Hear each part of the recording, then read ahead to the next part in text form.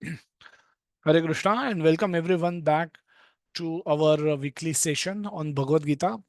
So we are attempting, we are endeavoring, we are trying to discuss 18 chapters in 18 sessions. So it's a Herculean task. It's not easy.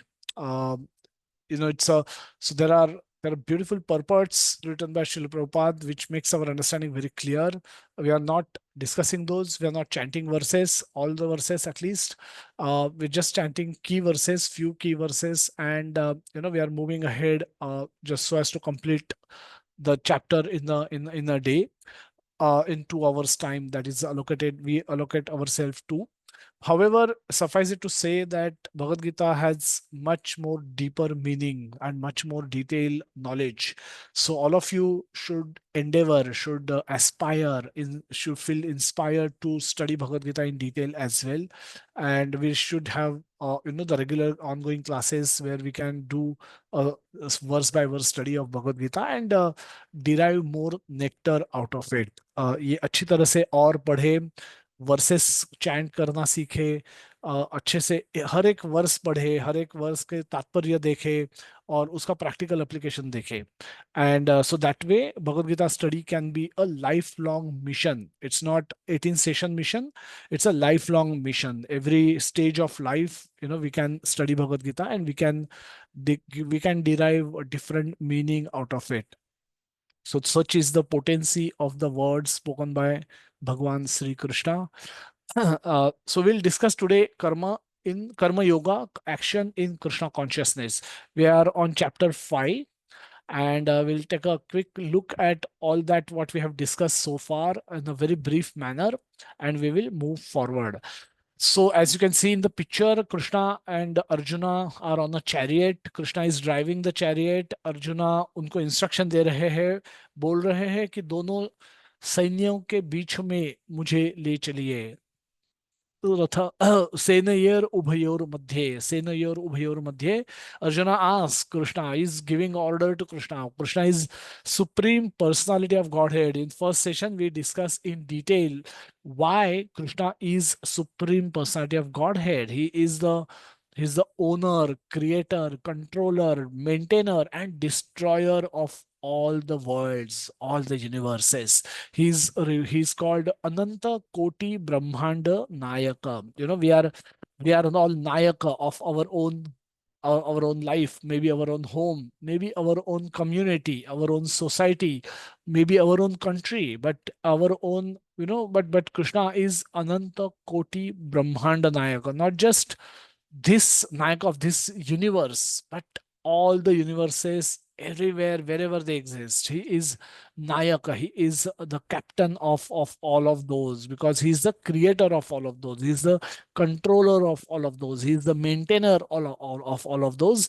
And when the time is right, Krishna, at his free will destroy his entire creation. He's not attached to his creation. That's why, he has all the qualities in its full, the knowledge, renunciation, beauty, power, and fame. Everything is in full in Krishna. Therefore, Krishna is supreme personality of Godhead. That's what we discuss when we discuss chapter 1.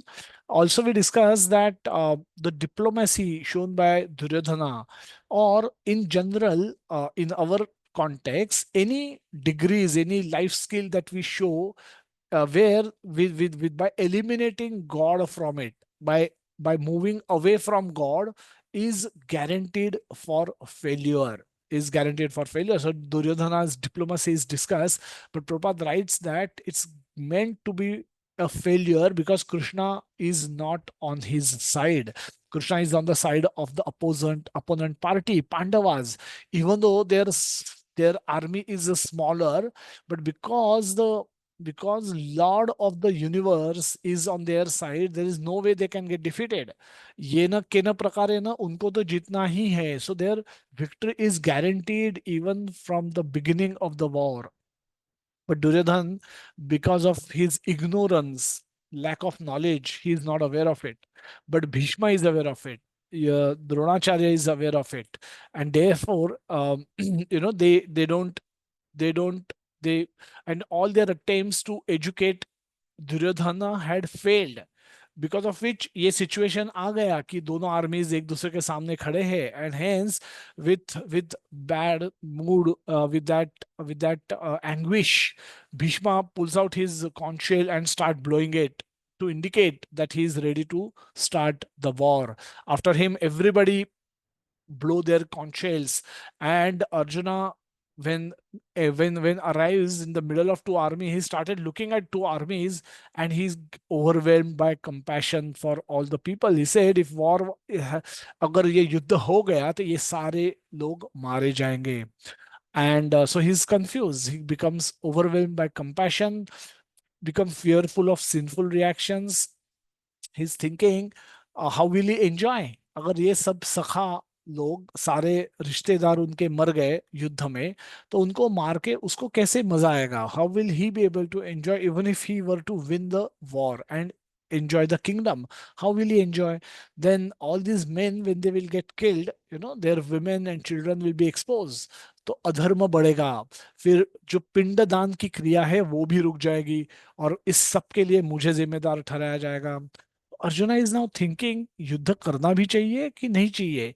ये small piece of land ही तो है, what is it, वो क्या हमारे साथ थोड़ी ऊपर जाने वाला है? कोई कोई भी लैंड ओन करता है तो as long as you are there, at the most you can enjoy that piece of land, you can rule the people, but by killing, at the cost of killing all these people, is it worthwhile?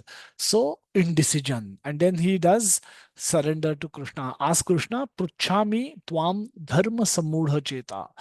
ये मैं builder state of mind, confuse state of mind में आपसे पूछ रहा हूं कि आप मुझे क्लियरली बताइए, what is my dharma, what is my duty? Said, I am no more your master, you are my master, you are my guru, you become my guru, I become your disciple. मैं आपका शिष्यस्ते अहम शाधि मात्वम प्रपन्नम. मैं आपको सरेंडर करता हूँ शिष्य बन के, आप मुझे कृपया इंस्ट्रक्शन दीजिए. And then Krishna begin his instruction. Krishna is waiting. Prabhupada writes that Krishna has arranged for all these things to happen. He has arranged for Arjuna to get bewildered and ask these questions, so that a perfect question can be asked, and in response to that, a perfect answer can be spoken by Krishna. So Bhagavad Gita is a philosophical knowledge, and it could not have been spoken randomly. You need to have appropriate situation where this conversation could have taken place, and Krishna could not have found a better backdrop to speak this knowledge of Bhagavad Gita, which indicates that this is knowledge that we are all going to hear from Krishna is of topmost importance. Why? Because it is spoken at the most crucial moment in the history of mankind, in the history of recent time, when where a war, the biggest war of that time, was about to break, about to start. And so it's not something that we can postpone, it's most urgent. अगर युद्ध रोक के ये बोला गया है तो ये उतना ही इम्पोर्टेंट है, इसके लिए बोला गया है. Had it not been important, दोनों they both would have decided कि ये युद्ध हो जाने दो, बाद में देखते हैं, बाद में हम आराम से बैठ के चर्चा करेंगे, अभी आप युद्ध करो. But Krishna chose to speak this supreme knowledge, secret knowledge, रहस्यम, at the backdrop of this war, and where all the soldiers are waiting just to give up their life for the sake of dharma or adharma, whichever side they might be standing on, because of their own compulsion. So all these people who have assembled here, they are ready to give up their life, and in between that, by stopping all that, Krishna is speaking this supreme knowledge to Arjuna. So knowledge is most urgent, it's most important, and it cannot be postponed, and hence it was spoken in the middle of two armies, so that everyone can hear, everyone can see what's happening, and everyone can get benefit as well. So it's for our benefit. Don't postpone it to your old age, when the ability to learn will be minimal, ability to make changes in your lifestyle are going to be minimum. So, beginning of this war, Arjuna is crying, and the end of this speaking Bhagavad Gita, beginning of Bhagavad Gita, and Arjuna is crying. He's given up his Gandiva and sitting in this chariot. He said, "I can't even stand on my feet." At the end of Bhagavad Gita, Arjuna is Dhanurdhar, Yatra Partha Dhanurdhar. He's already lifted his Gandiva bow and arrow, and he's speaking to Krishna that Sthitosmi gate sandeha. Sandeha chala gaya hai. I'm now fixed in my understanding. Sthita means I'm fixed in my consciousness.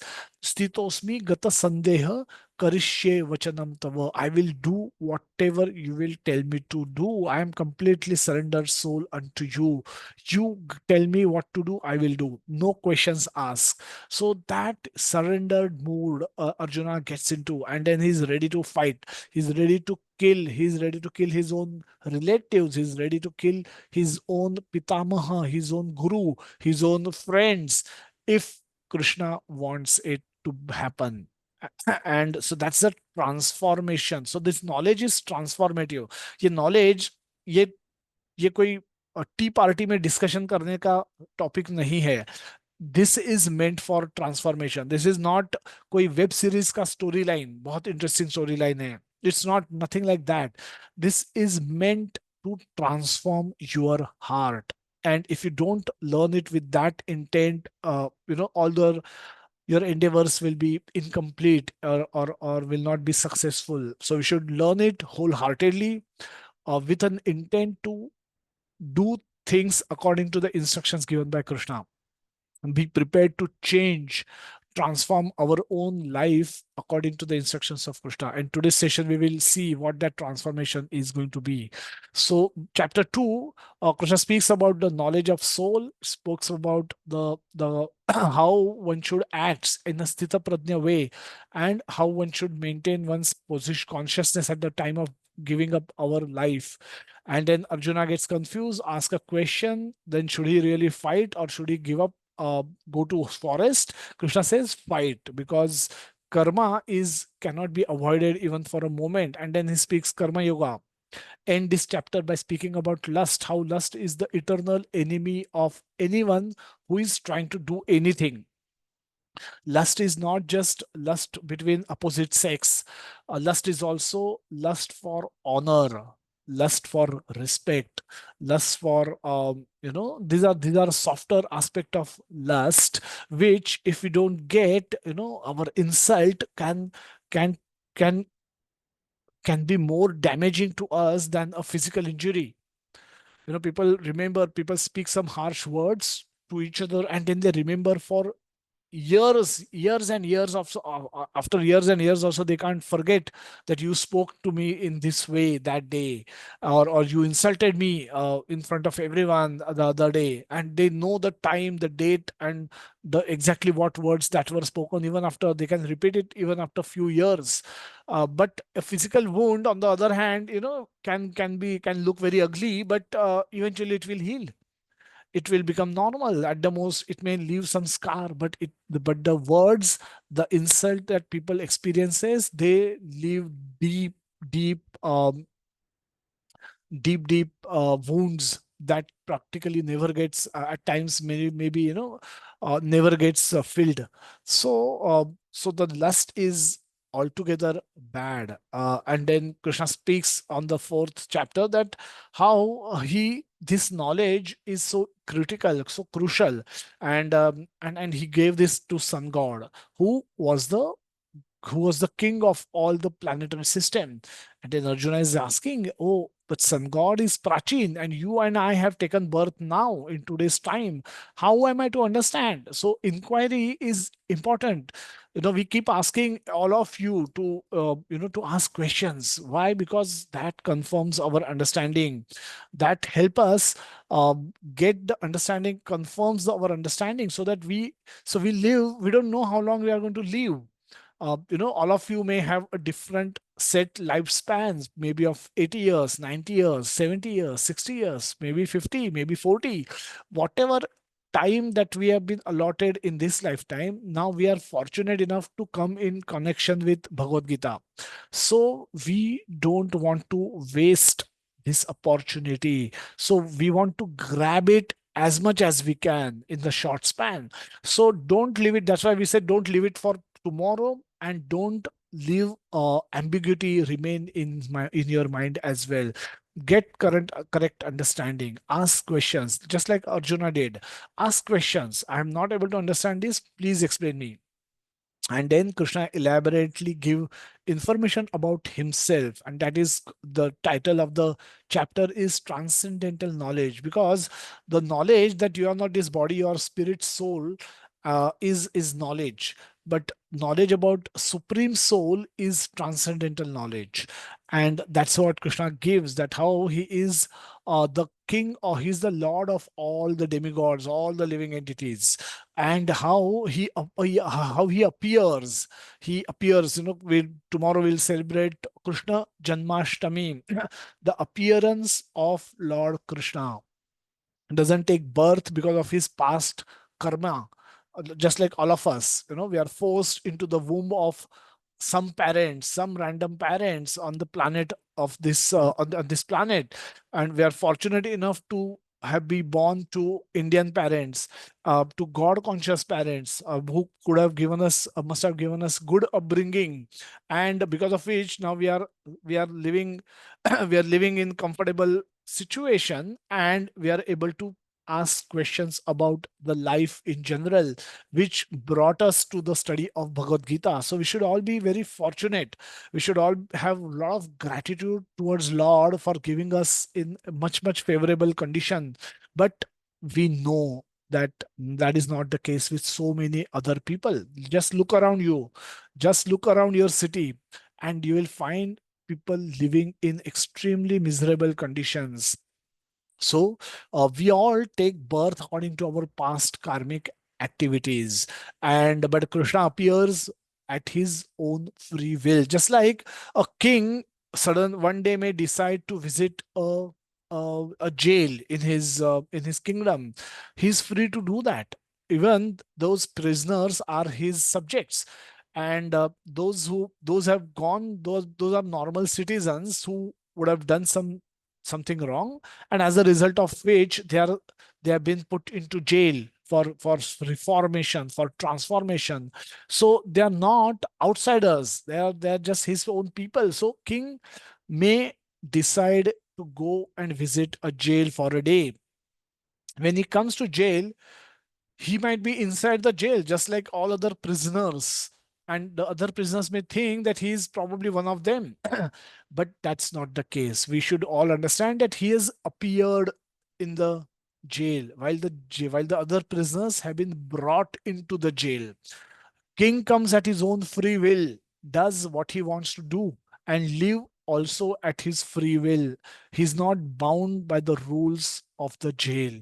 However, the prisoners, on the other hand, are bound by the rules of the jail.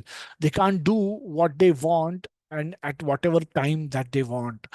Every time there will be rules that will bind them, that will force them to do things according to certain way, get up at certain time, do certain activities, then eat food at given time, and whatever the food, you don't have a really choice.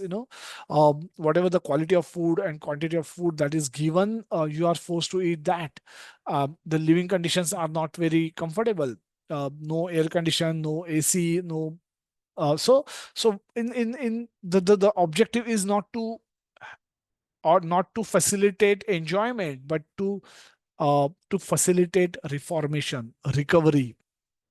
And hence, but the king, when he's visiting jail, he's not bound by any of those rules. He may choose to follow some of the rules for the satisfaction of the prisoners, to make them feel happy, but he's not supposed to, he's not required to. Even if he breaks some rules, there is no punishment to him, but if prisoners break any rule, they get punished. So king may give come and they he may come in the inside a jail, and may act and spend some time with the prisoners, give them some instructions. King want all of those prisoners to get themselves reform and come out of jail. He's not happy maintaining that jail for the prisoners, but as long as prisoners are there, he's forced to maintain the jail also.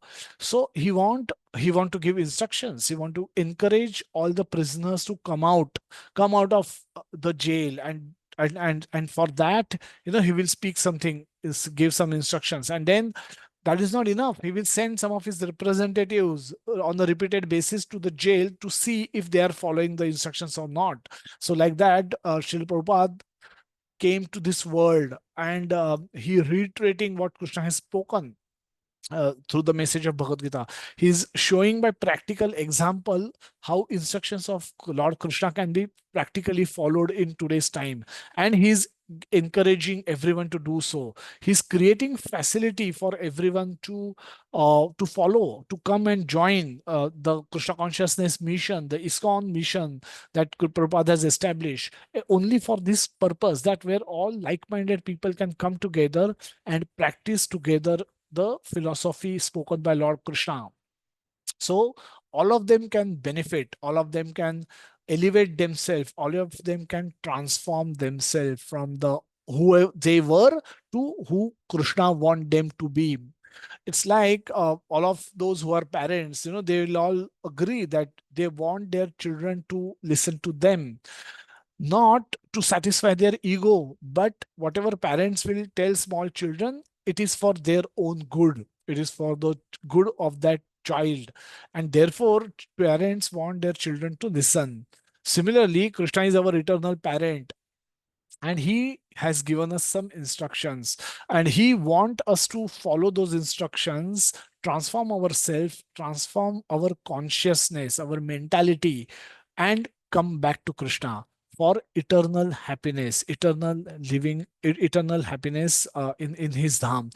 And that's where we originally were, and that's where Krishna want us to be. So he's not asking us to follow his instructions in Bhagavad Gita for satisfaction of his own ego, but he know that this is for our own good, this is for our own betterment. And hence, just like any parent want their child to listen to them, Krishna want all of us to listen to his instruction. And that's what the chapter 4 was all about. Janma karma chame divyam evam yo vetti tattvataha. Taktva deham punarjanma naiti mameti. So Arjuna. Krishna speaks this beautiful verse, and we elaborately discuss that Janma, what is the, we spoke about Krishna's Janma, appearance, and his karma. His activities, and then we spoke about Leela, why Krishna performed Leela, what do you mean by Leela, how it is performed, who all participate in the Leela, what is the purpose of Leela, and how we benefit out of that knowledge. So Leela is the most beautiful thing that Krishna has done. He had to give up his supreme position to participate in a lila. It's not bound to do it. He's not supposed to do it. He is not obliged to do it, but he do it out of his own free will, for his pleasure, for the pleasure of his devotees. He do it. He give up his superior position. He takes some inferior small position. He do whatever will make a devotee happy. He is prepared to do all that, and that's what is his greatness. That is what mark his sweetness, and all that is supposed to increase our attraction towards this supremely sweet Lord, who is all merciful, who is all powerful, but yet all merciful, or very very soft at heart, very very loving towards all of us. And if we can develop small quantity of attraction towards Krishna, we will we will we will get we will get attracted towards Krishna. We will get Krishna will reciprocate with us in the same way. Ye yatha mam prapadyante tam tathaiva bhajamyaham. Krishna says that as you surrender to me, if you surrender to me 10%, I will reciprocate 10% with you. But if you don't want to surrender me, I will not interfere in your life. Then your life will be led by your karma and their fruits, whatever they might be. I will not interfere if you don't want me to. So Krishna want to interfere, and he's waiting for us to surrender. That's what chapter 4 was all about. Uh, we speak about chapter 5 now, and the acronym we will be discussing today is STEP. STEP, stay in the world, verses 1 to 12. The three doers, 13 to 16, equal vision, 17 to 26, and peace formula. It's only 29 verses, very small chapter. Therefore, we decided to do a case study discussion today as well. So all of you are requested to stay in the class. um, Hopefully, all of you can raise hand, know how to raise hand. You can, if you're joining from the mobile, there's a menu bar at the bottom, and there's a reaction, heart shape reaction icon is there. If you click on that, you will be able to see an option to raise hand, and using that you can raise hand. We can allow you to unmute and speak, and keep your discussions brief, and so that we can have, yes, Ashutosh has just shown how to raise hand. Thank you so much, Ashutosh. So keep your discussions brief, so that we can have as many of you speak and as possible, and we'll do this more often. We want to hear from you in live sessions. We want to make these sessions more interactive. So let's see how it goes today, and we can do it more often.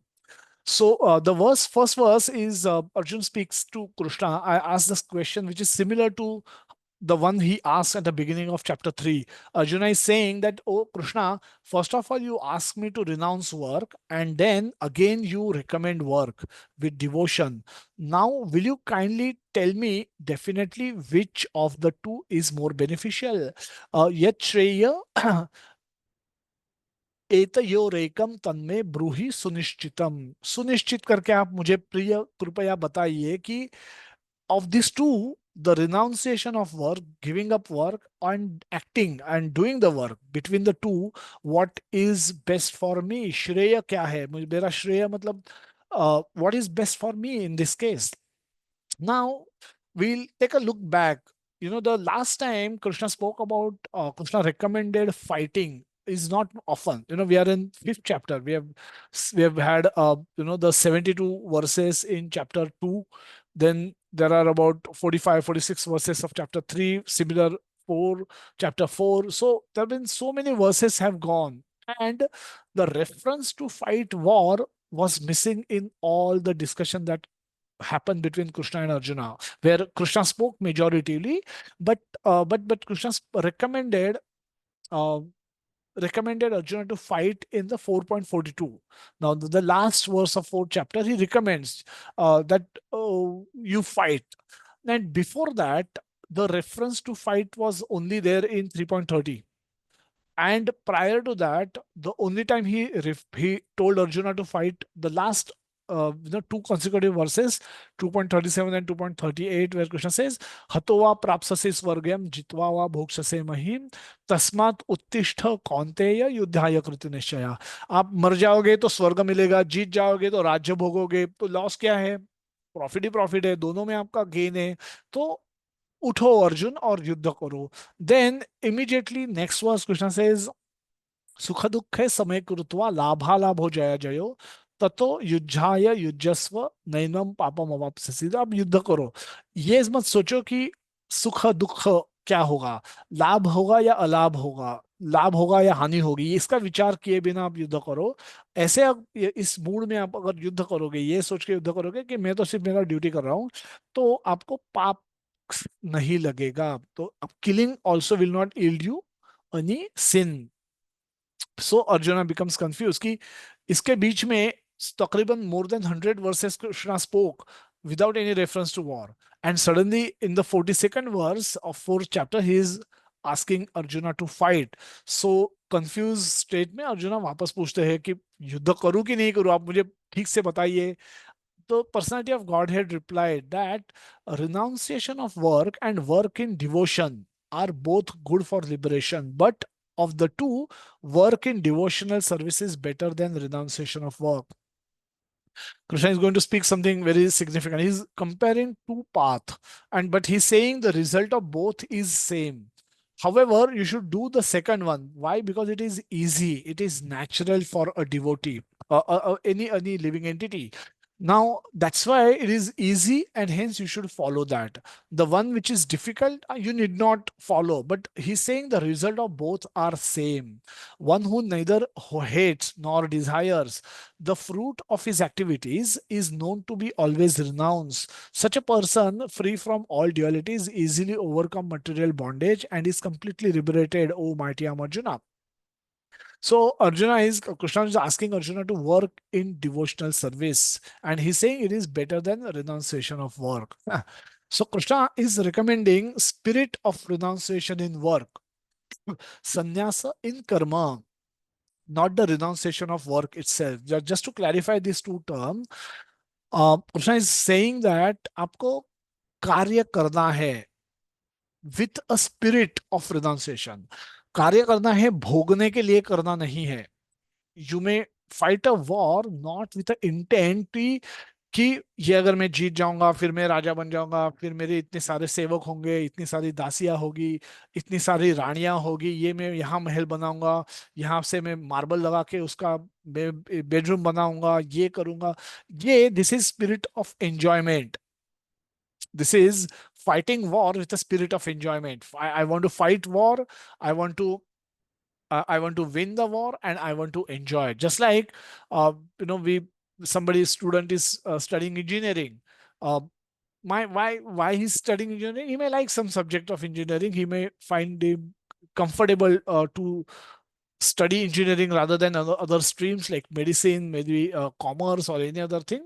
And but he's studying engineering. But is he only want to study engineering? No, he wants to study engineering so that he can get good grades, and he can get he can get admitted into a, get placed in a nice company which pay him very high fee, high salary. I may want to go abroad and work and stay and enjoy. So this is done in a spirit of enjoyment. Krishna saying you should work with a spirit of renunciation in work rather than renunciation. If you can work in this spirit of renunciation, then any activity that you will do will not cause you bondage. And so the similar point that Krishna is going to make, but he's going to take the discussion deeper.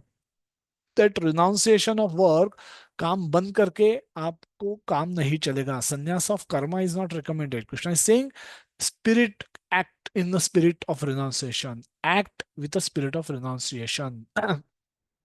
4 and 5 text of this chapter, Krishna speaks that only the ignorant speak of devotional service, that is karma yoga, as being different than analytical study of material world. Sankhya, those who are actually learned say that he who applies himself well to one of these paths achieve the result of both. We said that Sankhya, the analytical study, and karma, both can lead to the same end path if it is done properly.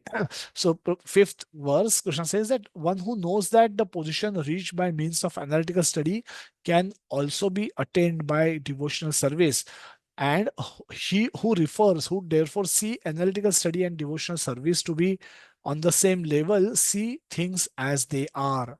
Sixth verse, Krishna says merely renouncing all activity, not yet not engaging in the devotional service of the Lord, cannot make one happy. So Sankhya means analytical study, and karma is acting, performing activities. Krishna says both are essentially the same, both can give you the same results. Let's talk about analytical study or Sankhya in little bit more details. Analytical study of material body and soul. What is analytical study? Is studying the world and bifurcating, classifying the world in spirit and matter. This is spirit, this is matter. This is spirit, this is matter. Why this classification is important? Because we now know that spirit is eternal. Spirit is imperishable. Spirit cannot be destroyed. Spirit never takes birth, and spirit does not die. The death happens is that of the body. The body which gets born and body dies. The soul simply moves to another body. Just like if you're going from driving a car from Mumbai to Delhi, and in somewhere in between Ahmedabad, your car breaks down. and you call your car company, they send you another car um, at this place, Ahmedabad, and you give up your old useless car and accept new car, start driving and start moving towards Delhi. So similarly, soul moves to another body, giving up old and useless one. So the body, the death that we experience in this world is that of a body. The soul has never taken birth and will never die also. So na hanyate hanya mane sharire. Even if sharir get destroyed, sharir का destruction हो जाता है, but फिर भी soul को कुछ भी harm नहीं होता, हानि नहीं होती, because soul cannot be cut into pieces. नैनम छिंदंती शस्त्राणी, शस्त्र से आप उसके टुकड़े नहीं कर सकते। नैनम दहति पावकः, अग्नि से आप उसको जला नहीं सकते। सो इस तरह का सोल का नेचर है। And anyone who study this the world with this mindset becomes detached to the material world, because वैसे भी वो matter is not what makes people attractive.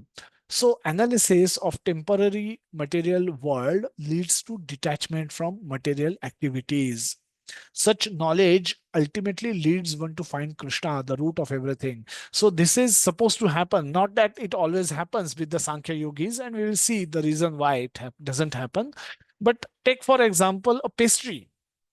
All of you probably will like to eat pastry, and we like eating pastries. So a pastry, when it is baked and ready with ice cream and all that, is ready to be, it's offered and ready to be consumed, it looks extremely attractive. But if you can think of what that pastry is made up of, then you will realize that it's created with some batter, which is with some flour, maybe wheat flour or maida, could be some sugar in it, and some essence, some color, some other baking material that would have gone into the making of that pastries. Now these ingredients and this pastry, they are one and the same. Those ingredients were mixed in such a way that flour with butter, with sugar, with baking, and then no, then ultimately the end product looks very attractive. But though ingredients, when they are offered to us in the same quantity as they are present in that pastry, they don't really look very attractive.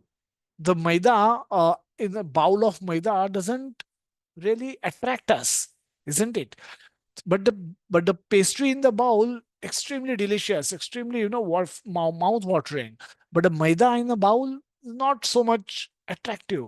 So that is what happens when we analyze living entities, the world around us, into spirit and matter. When you come to know what matter is all about, you don't feel attracted in the same way as you otherwise would have feel. Sankhya Yoga means to count. Sankhya is literally means to count. Now, how do you classify this whole world into 24 elements? There are five Gyanendriyas, five Karmendriyas. The attain, given the list, Pancha Mahabhutas are also five. We are all made up of this. And then sense objects, Tanmatras, are also five. So that makes it 20. Then subtle elements. There are three subtle elements: mind, intelligence, and ego. And then pradhan, which comes from the Supreme Lord. That totals to 24. Whatever we see, whichever forms we see of the Miss Universe, or the most beautiful, handsome man in the world, most beautiful lady in the world, um, whatever buildings, that Taj Mahal of this world, or whatever attractive that we find in this world, um, that is made up of these 24 elements. And a soul is seated in a machine made up of these four elements also. I am sitting inside my body. I'm the soul. I am a soul, and I'm occupying a body which is also made up of these 24 elements. And you all are sitting inside your body, which is again made up of those similar 24 elements. Now, when you look at these elements per se, the body per se might look very attractive. A male, female, when a soul inside male body feel very attracted, very, very attracted by seeing a soul inside a female body.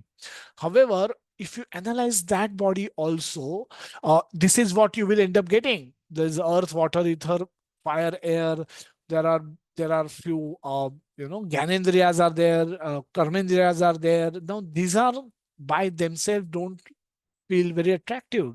Doesn't that's not really very attractive. The mind, intelligence, ego, subtle elements.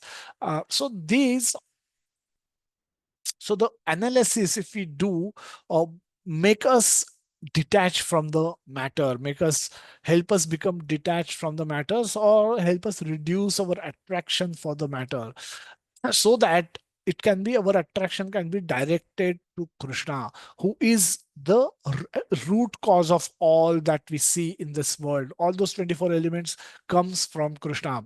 The spirit of the evolution of this universe didn't happen from Big Bang.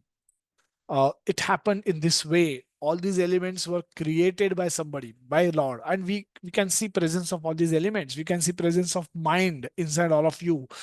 Next chapter we will deep dive into mind, the functioning of our mind. Chapter 6 of Bhagavad Gita, very beautiful chapter. There we will talk more about mind, how it functions, why it troubles, so on and so forth. So what can we do now? So spirit of this is what Krishna is recommending. Work with a spirit of renunciation. Let's understand this a little bit in more detail. Some of you could be students. Some of you might be students, might be undertaking different courses, graduation or post graduation. Can you not do this? The first bullet, that if you're a student, study well, get good marks, get settled in a job. At the same time, read Bhagavad Gita daily. Read Bhagavad, just like you read your engineering, medicine, and chartered accountancy and software related books, technology related books. You read Bhagavad Gita as well daily. Read Bhagavad Gita, hear classes, hear Krishna Katha, visit temple, eat prasadam, remain in association of devotees, chant Hare Krishna. Is it is not possible? Is it not possible? It's possible. It is possible. It is possible to do this very much. If you happen to be a slightly advanced stage, now you know more 23, 24, you are 27, 28, 29, and you all should get married. Get married at the age of 27, 28, have a spouse who is also Krishna conscious, at least God conscious, have a nice small home, nice small temple inside your home, raise children, offer bhoga every day, offer arti every day, offer do some sankirtan every day in front of your deities, in front of the picture of your deities. Raise children, have children, raise children. Don't indulge in sinful activities, and gradually, even in grahastha life, you will be purified. You will be purified. Does it mean that so Krishna is giving us, Prabhupada is giving us ways in which we can stay in the world and still remain Krishna conscious. We don't have to give up work to become Krishna conscious. We don't have to give up our activities to become Krishna conscious. We don't have to become irresponsible in our actions to give up to become Krishna conscious. We can do what we have to do and still remain Krishna conscious. Does it mean we should never give up material work? Not the case. This whole thing, the first bullet, second bullet, when our student phase and our married phase is supposed to help us gradually purify our heart, purify our consciousness by continuous spiritual practice. Once we cross age of 50, 60, we can fully renounce with that in that purified mood. Once our heart is sufficiently purified, we can renounce the material activities and become full-time Krishna conscious devotees. And then we don't do work. We are not attached to work. We are not attached to result. We are attached to Krishna. And we become ready to do whatever it takes for service of Krishna. So we see in the below picture, Kishori Jani, devotee. She's daughter of Srila Prabhupada disciples, Radha Kunda Devi Dasi and Yashomati Nandan Prabhuji. Uh, and they are from Yashomati Nandan Prabhuji was Gujarati, and Radha Kunda Devi Dasi was American. And so they have 6, 7 siblings she has, Kishori Jane Mataji. She's living in London and raising her children nicely in a Krishna conscious way, do Sankirtan. It does a lot of YouTube videos, take a lot of YouTube videos of many devotees, and in generally carrying out her Grahastha ashram as well as performing Krishna consciousness by giving its due priority. So these are examples of how we can work in our code, stay where we are, but at the same time maintain Krishna consciousness very easily. King renounces the world, goes to forest for 6 months. King who is trying to renounce the world, who has heard Bhagavad Gita, so being inspired, suddenly renounces the world, uh, goes to a forest and trying to live like a sadhu, but he is not experiencing peace of mind. This is going to be the activity, so please pay attention. Now, always experience distraction, disturbance, and agitation of mind. Meet another sadhu in few days' time while he was roaming in the jungle. Who he suddenly finds that this another sadhu that he's met is extremely peaceful. He seems to be in complete control of himself, and he seems to be happy.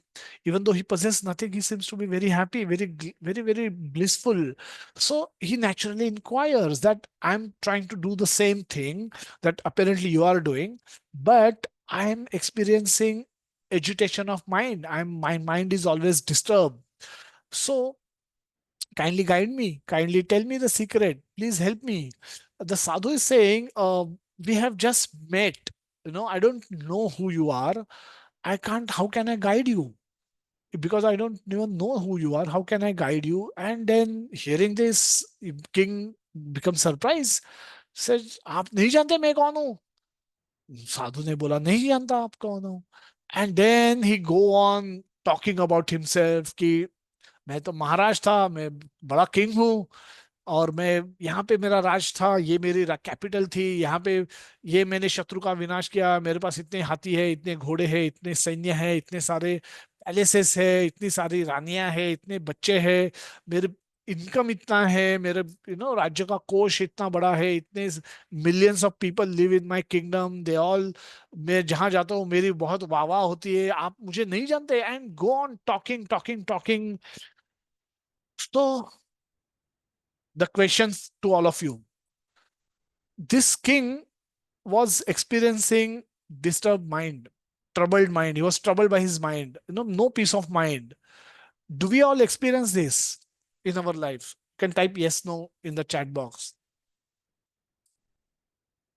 Do we all experience disturbance of mind? Do we always have peace of mind, or we also experience we don't have much peace of mind, even though we may have a lot of things which other people don't have. We have nice comfortable home, we live with relatives, job maybe paying well or may not be paying that well, or could be a student, but our mind is always disturbed. Is that what we all experience most of the time? Yes. So this king was like us, one of us, he was also having a similar problem. So let's see why, let's try to understand why, from the king's point of view, why he was not able to experience peace of mind, even though he was wearing dress of a sadhu and living in a jungle, having given up all the valuable possessions that he legally possessed. You can all raise hand if you wish to speak, or you can type in the chat box. But feel free to raise hand. We all want to hear you very quickly.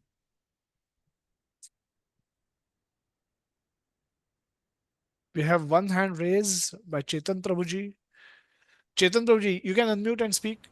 Yeah, Hare Krishna Prabhuji, Dandavat Prabhu. Hare Krishna. Basically, yes, he was not in peace of mind because he was not detached to his position. Still, he was in under impression that I have so many things, his positions with me. So when even though he came in the appearance of sadhu, he came to jungle to do the worship, but he was not detached, and because of that, he was not having the detachment from his material world. He was not in his peace of mind. Okay. Hare Krishna. Anybody who else wants to raise hand, or anybody else wants to speak something on this topic? You all could figure out. कैसे raise hand कर, Vinayak Bagwe, you want to speak something? Hindi में भी आप बात कर सकते हैं, no problem at all.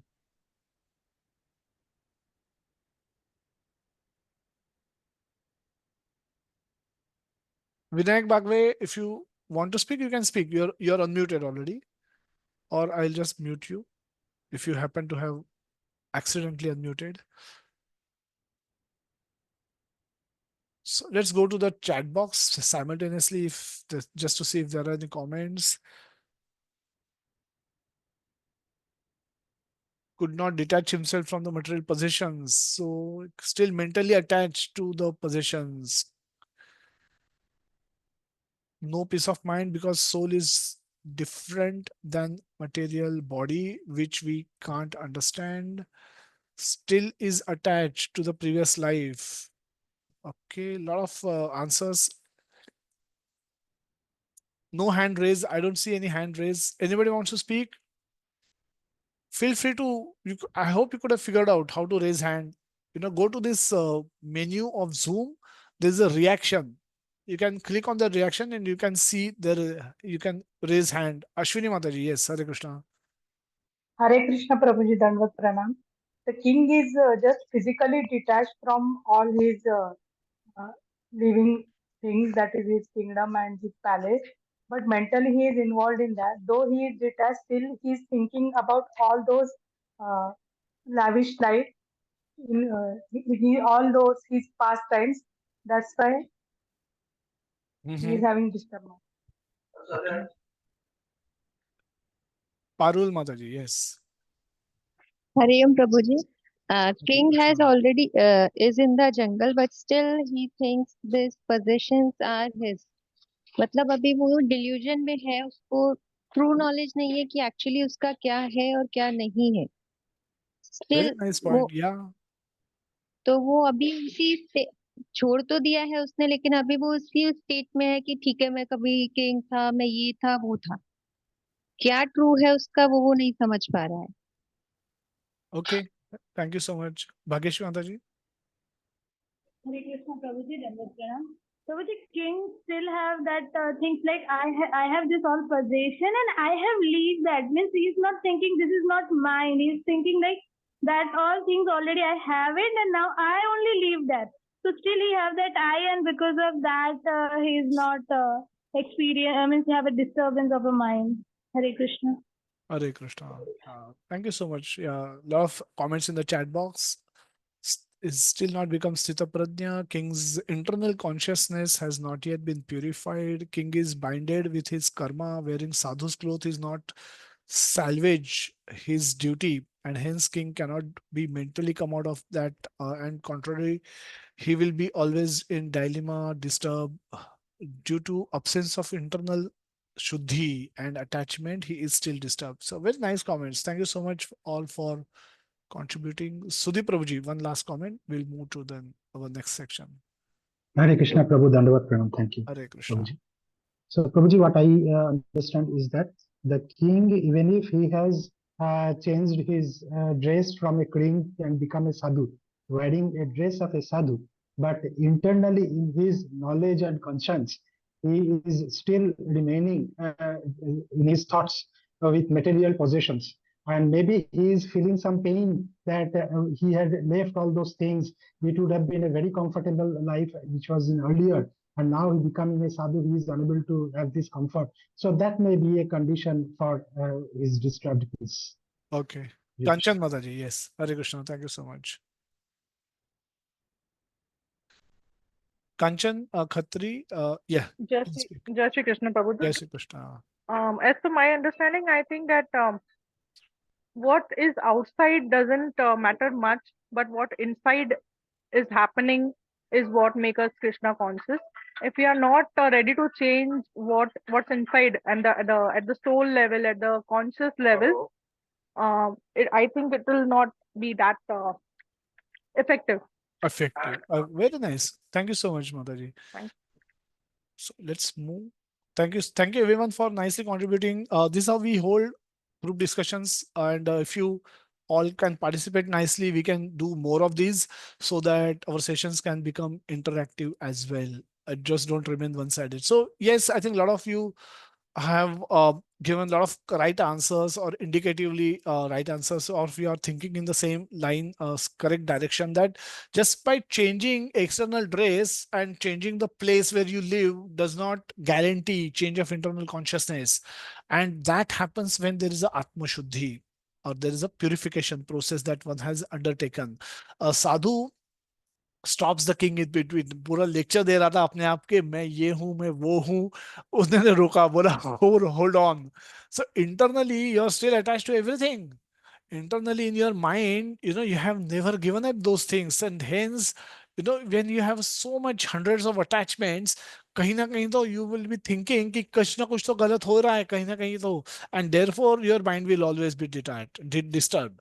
So if you have so many attachments, so many different topics of attachments, आपने इंडिया टीम जीत गया तो स्टॉक मार्केट गिर जाता है, स्टॉक मार्केट और इंडिया टीम दोनों जीत गया तो और कुछ हो जाता है, कोई परिवार वाला बीमार हो जाता है.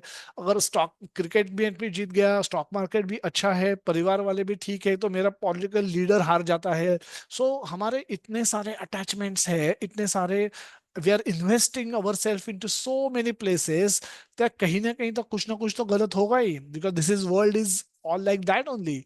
एंड कुछ भी स्मॉल थिंग गलत होने से हम पूरा डिस्टर्ब हो जाते हैं. So even if we may have 100 good things in our life, एक small wrong thing can negate, has the power to negate the positivity of brought by those 100 things. A small pain, you have a body, I have a 5 feet 10-inch body. Now a tooth, one tooth here, area के हिसाब से body का कुछ एक आपने area निकाला, mathematically, तो this area में my whole body is in extreme bliss, एकदम कंफर्ट में है. बट ये टूथ में थोड़ा सा एक है, थोड़ा सा पेन है. Will I feel comfortable? No, law of averages does not work. 99.99% of my body is in comfort, but this 0.01% in my tooth, I have a pain. My 19, it has capacity, it has power to destroy the comfort experienced by my 99.99% body. Rest of the body का जो comfort है वो पूरा destroy कर देगा वो tooth pain, and then I will only be pain conscious, I will only be tooth conscious. बाकी सब comfortable है, मैं भूल जाऊंगा. That is the power that the pain has. So हमारी attachments का भी वैसा ही है.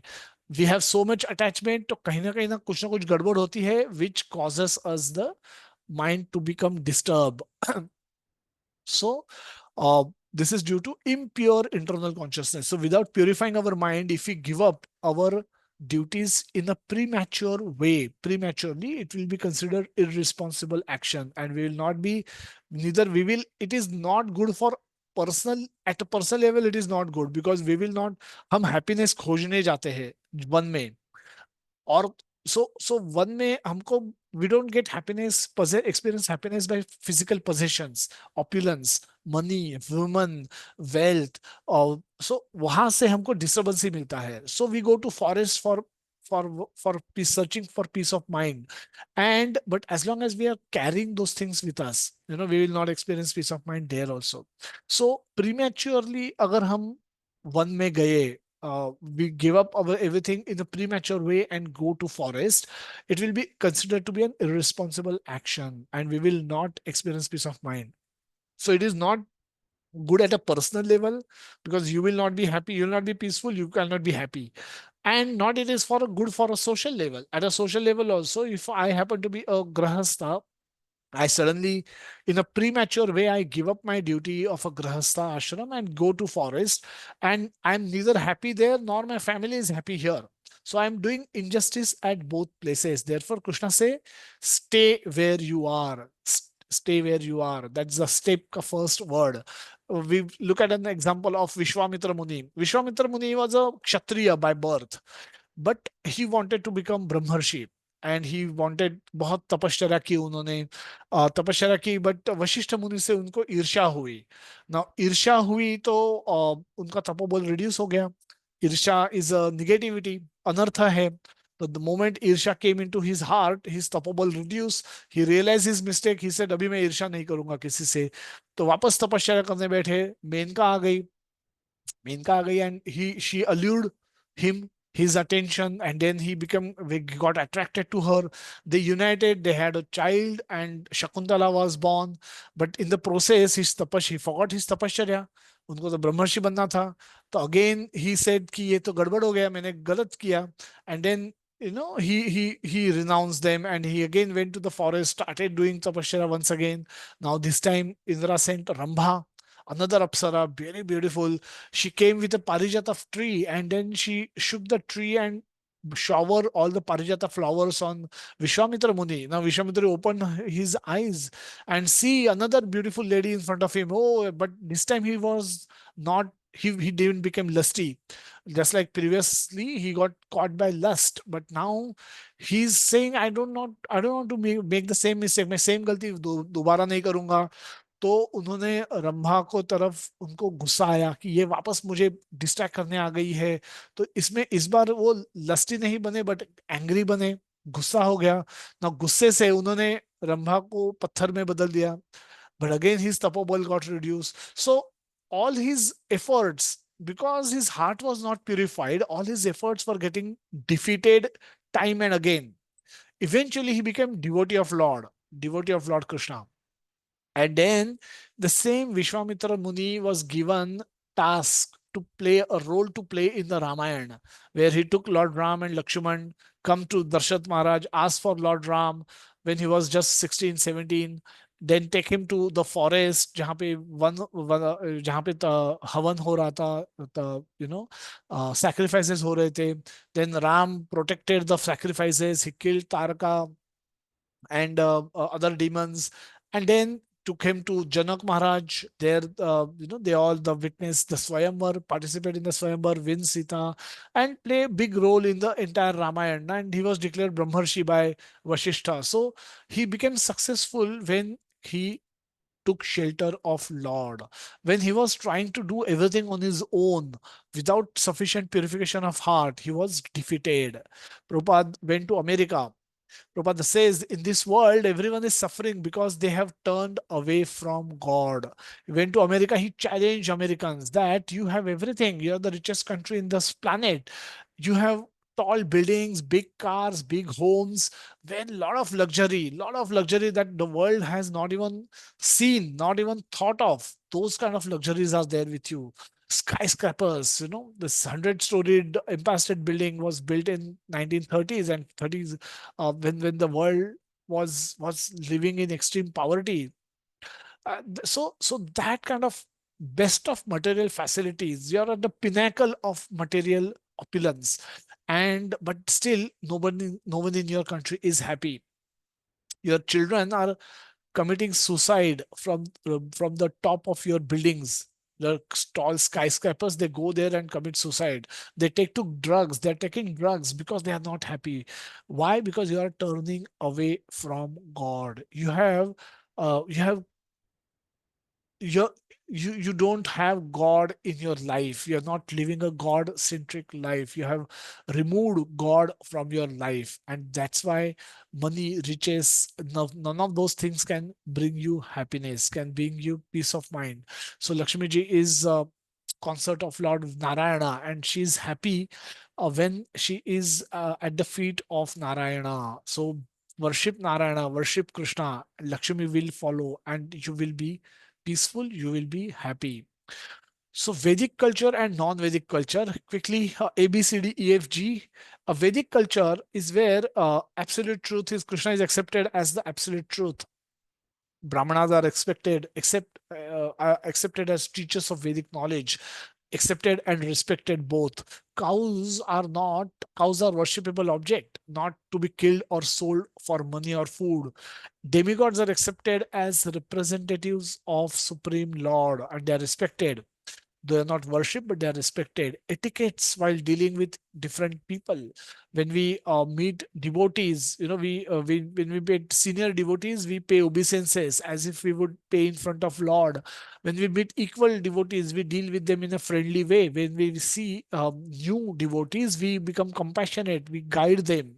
So, and different ways in which we follow etiquettes. We deal differently with women. We deal differently with children. We deal differently with elders. We deal differently with kings, and so on and so forth.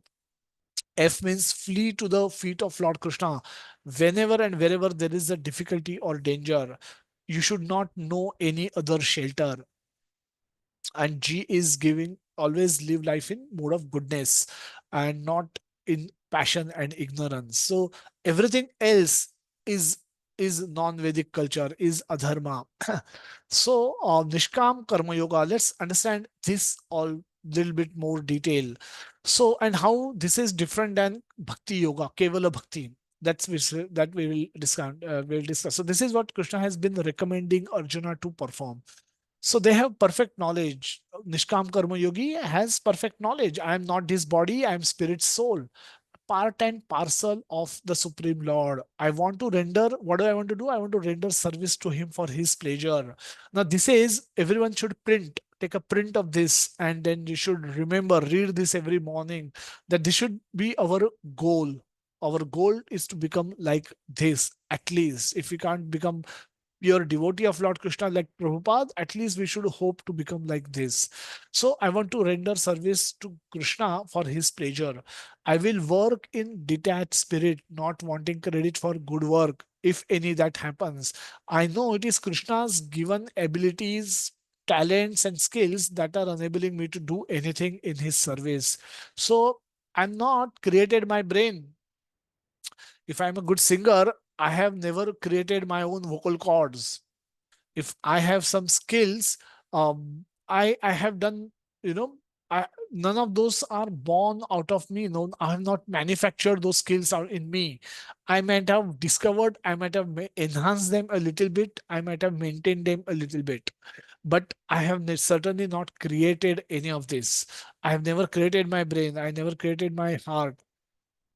So all of those are given to me by Krishna, and my best utilization of those gift is to serve Krishna.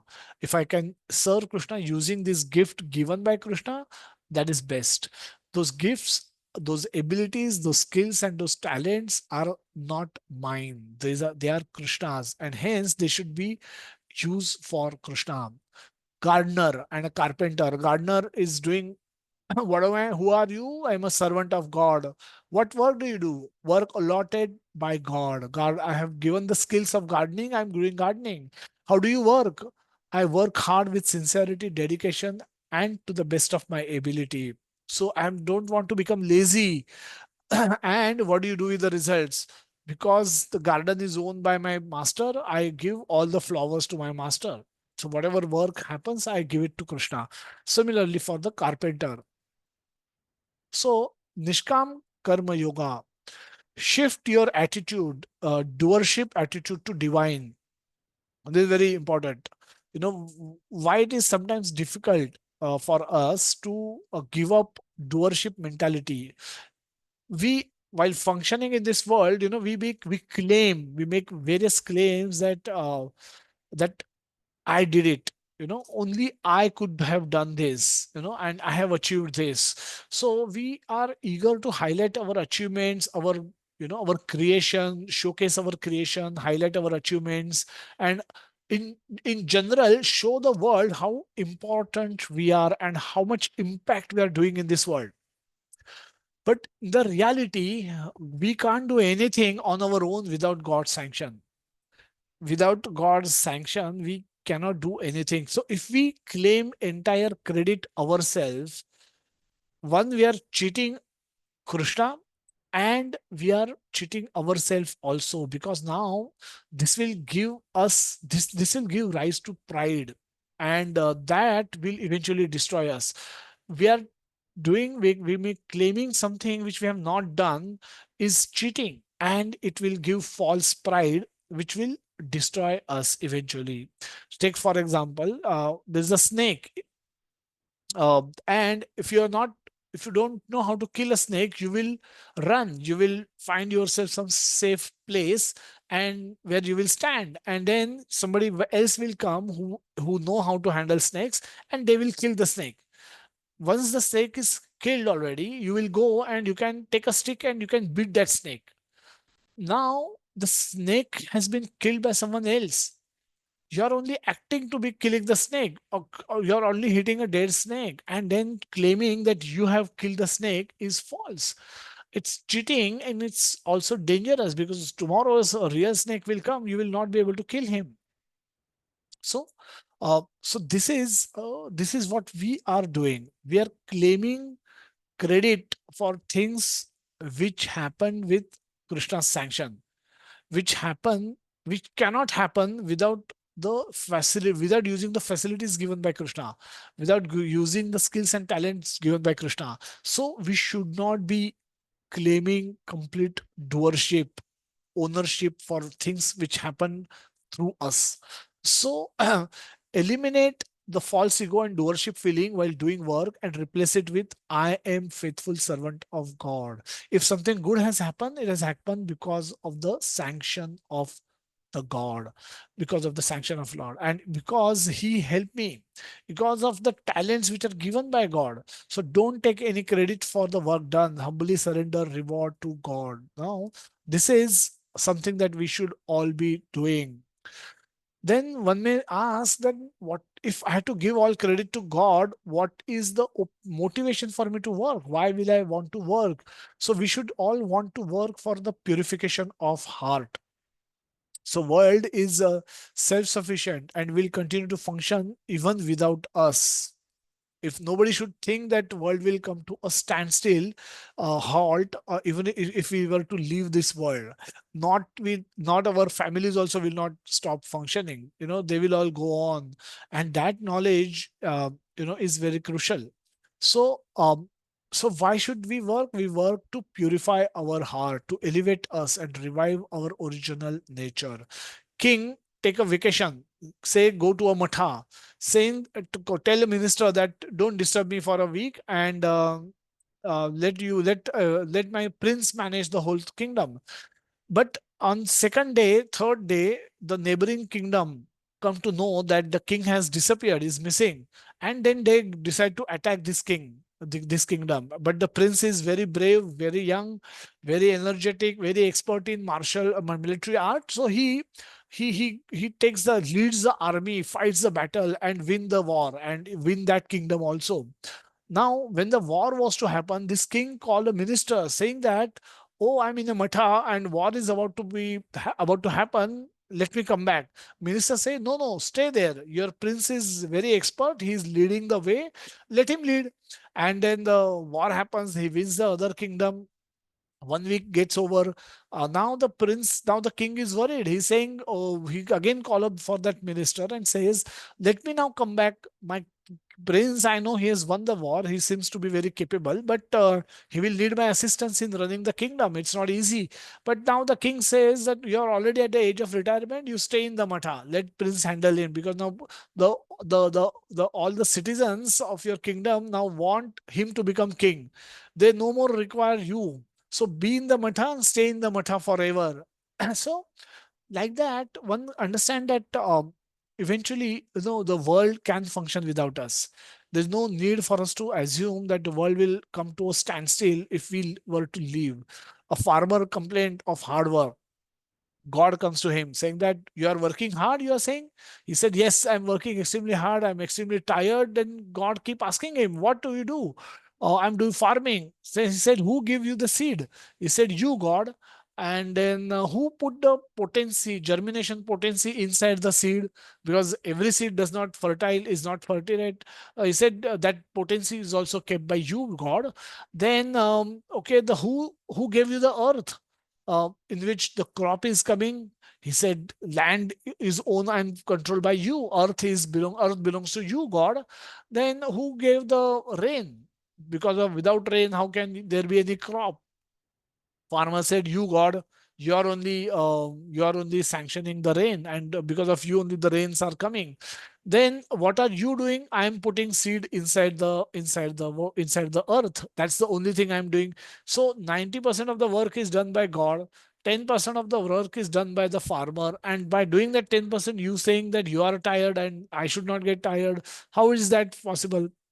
So we should not claim credit unnecessarily, and we should not. So we should be working for the purification of heart. The work that we do is for our own self, not for anybody else. So everything is ultimately done by God. God is not depending on me or you, and you for running or helping this world. So if we are becoming nimitta matra somewhere, अगर हमारा use हो रहा है, we should thank God for using us, because God has many other options. If we choose not to help God, God will find somebody else and get things done. If he wants to do anything, he will get it done anyhow, anyway. Krishna tells in 11th chapter of Bhagavad Gita, that 11.33 verse, that he said, Nimitta matra bhava savyasachi. Ye he demonstrated Kala Rupa to Arjuna, the future that he Arjuna never asked to see that, but Krishna demonstrated on his own the future of this war, what is going to happen, and he showed that how all the entire Kaurava army is entering into his mouth. He said, by my arrangement, they are already killed in future time. But you become Nimitta Matra. You will become famous. Your glory will increase. And I want my devotees' glory to increase. And therefore, I'm making you an instrument in my plan. But if you choose not to become, I can make somebody else instrument. So I have no dearth of options. I have many options. So, but you only have one option, that if you perform devotional service, your heart will get purified, and your love for me will arouse, and that's how you will be able to come to me. So Krishna is credit giving God, not credit taking God. I am not indispensable. We discuss this. So we simply become instrument to help because of our willingness to do so. Even if we are not willing, Krishna can find 100 other options. I'm not helping God or others. Hence, any egocentric feeling of helping others should be totally eliminated. In fact, any help done by us should be forgotten as soon as possible. But any favor or facility received from God or devotees should always be remembered. Unfortunately, we do the opposite. Any favor we receive, we forget, but any help we give, we always remember. याद है ना, 2 साल पहले मैंने तुमको 10 रुपए दिए थे, तुम बहुत डिफिकल्टी में थे. That's not it should be the opposite. uh, Moving on, the text 7, where Krishna says that one who work in devotion, who is pure soul, who control his mind and senses, is dear to everyone, and everyone is dear to him. Though always working, such a man, stroke woman, wherever in Bhagavad Gita you will find many places man is written, but we have to understand that man or stroke woman, everyone included, all living entities are included. So though always working, such a man is never entangled. Why? One who is never entangled, who work in devotion, who is a pure soul, and who control his mind and senses. Now such person is dear to everyone, and everyone is dear to him, and he is never entangled. I'm not the complete doer. I cannot do anything without God's sanction. Just to summarize what we've discussed in last 3 slides, and I'm not the complete doer. I cannot do anything without God's sanction. All my skills, talent, abilities are not created by me, but are given to me by God. World does not require me. I need world for my purification. World will not come to a standstill if I am not to act. Krishna can make somebody else act. If I choose not to become a nimitta, Krishna will find other options. So let me not take credit. Let me give credit to Krishna. Another simple example is, you hear a knock on the door and you go to the door and you open the door. In general, your name is Ram, for example. How will we describe this event, that Ram opened the door is one option. Second option is Ram how Ram is opening the door? Ram is extending his right hand and opening the door. So second option can be Ram's right hand open the door. Now right hand is from this to this, so it's the entire hand, but not that entire hand is used for opening the door, but his maybe index and thumb is using this two. He is turning the knob and opening the door. So these two fingers open the door. When you want to describe, so this can be option three. So option one is Ram open the door. Option one, Ram's right hand open the door is option two, and Ram's two fingers open the door is option three. Go to chat box and describe how you will generally describe this event very quickly. One, two, three.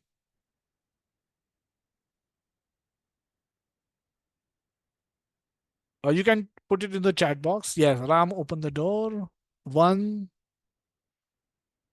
Yeah, I see a lot of ones. Yeah. So just like the fingers may try to take credit for opening the door, but they should understand that because of Ram, the fingers are attached to hand and hand is attached to the whole body. And so the we are on our own are completely useless. We are on our own are completely useless. So unless we are connected with Supreme, we on our own cannot do anything. And hence, it is not wrong. Rather, it is right to give credit to the Supreme. So if we give credit to the Supreme, it will purify us from our doership, from our pride. It will not let pride come into us. And then this is what is going to happen. The one who performs his duty without detachment, without attachment, surrendering the results unto the Supreme Lord, is unaffected by sinful actions, as the lotus leaf is untouched by water. As a Nishkam Karma Yogi can remain unaffected by work. While we practice bhakti, we also function in the world, and we need to stay unaffected from the infections of this world. And the example Krishna give is that of a lotus leaf, lotus flower. Generally जो जहां आता है वो बहुत clean water नहीं होता है, but despite of having unclean water around it, lotus remain unaffected. Lotus leaf के ऊपर आप बूंद भी डालेंगे तो भी it just remains unaffected. It just never gets wet. Even despite of being in the water, it remains dry. So similarly, we can remain in this world, we can function in this world, and without getting affected by the nonsense in this world, by the contaminations in this world, by the miseries of this world. So that consciousness can be maintained if we study Bhagavad Gita, if we study, remain in association of devotees, and practice Krishna consciousness while doing whatever we are supposed to be doing. If you are a student, practice Krishna consciousness and study well. If you are a grahastha, practice Krishna consciousness and perform all your grahastha duties. That way, you will be in the world, but you will not be of the world. You will not become of the world, you will be in the world. Being in the world and becoming of the world are two different things. So we can remain in the world, remain unaffected by the nonsense in the world. If you choose to become a devotee, suddenly you don't want to eat onion garlic, suddenly you don't want to go to nightclubs, and suddenly you want to stop smoking, you want to stop drinking alcohol, you want to stop giving up meat eating, you don't even want to eat onion and garlic, you want to go to temple on your holidays, you want to meet and talk to devotees as in your free time. Now all of this, what is happening by studying Bhagavad Gita, your preferences are changing, your options are changing, your values are changing, and that will create little disturbance in our close world. So that we have to deal with the world to the extent it is absolutely necessary. But and then by protecting ourselves by the practice of Krishna consciousness, we have to we have to stay in the world. We stay in the world, remain unaffected, even though there are 100 wrong things in the world. A father has two sons. One goes to medical college and second goes to some college, does all kind of nonsense work. Both are taking money from father, both are using facilities given by father, but one is having a gratitude. One has one is using the money with a heart of gratitude, and the second one is misusing. Now the father will feel happy with the one, not with the two.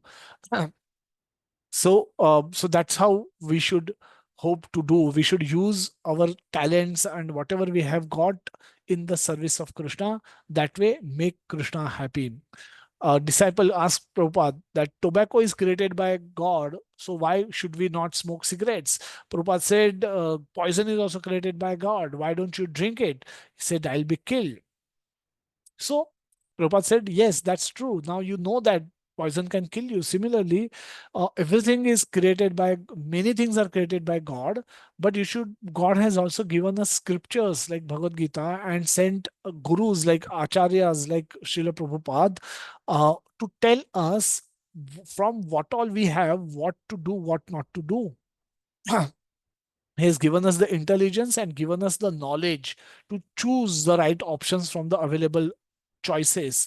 So we should choose rightly. Lessons 2 is three doers. We'll probably go little we'll slightly go over time. Unfortunately, we spend little time on the group discussions, so kindly bear with me. But hopefully it will not be too far off from 1 o'clock. We'll try and wrap up as fast as we can. Nishkam Karma Yogi, no entanglement. But all that, this thing which will come up will be very relevant. We'll be seeing the ladder of karma, very different examples. So all of you, request you all to stay stay back till whatever time we finish. So verse 11, the yogis abandoning attachment act with the body, mind and intelligence, even with the senses, only for the purpose of purification.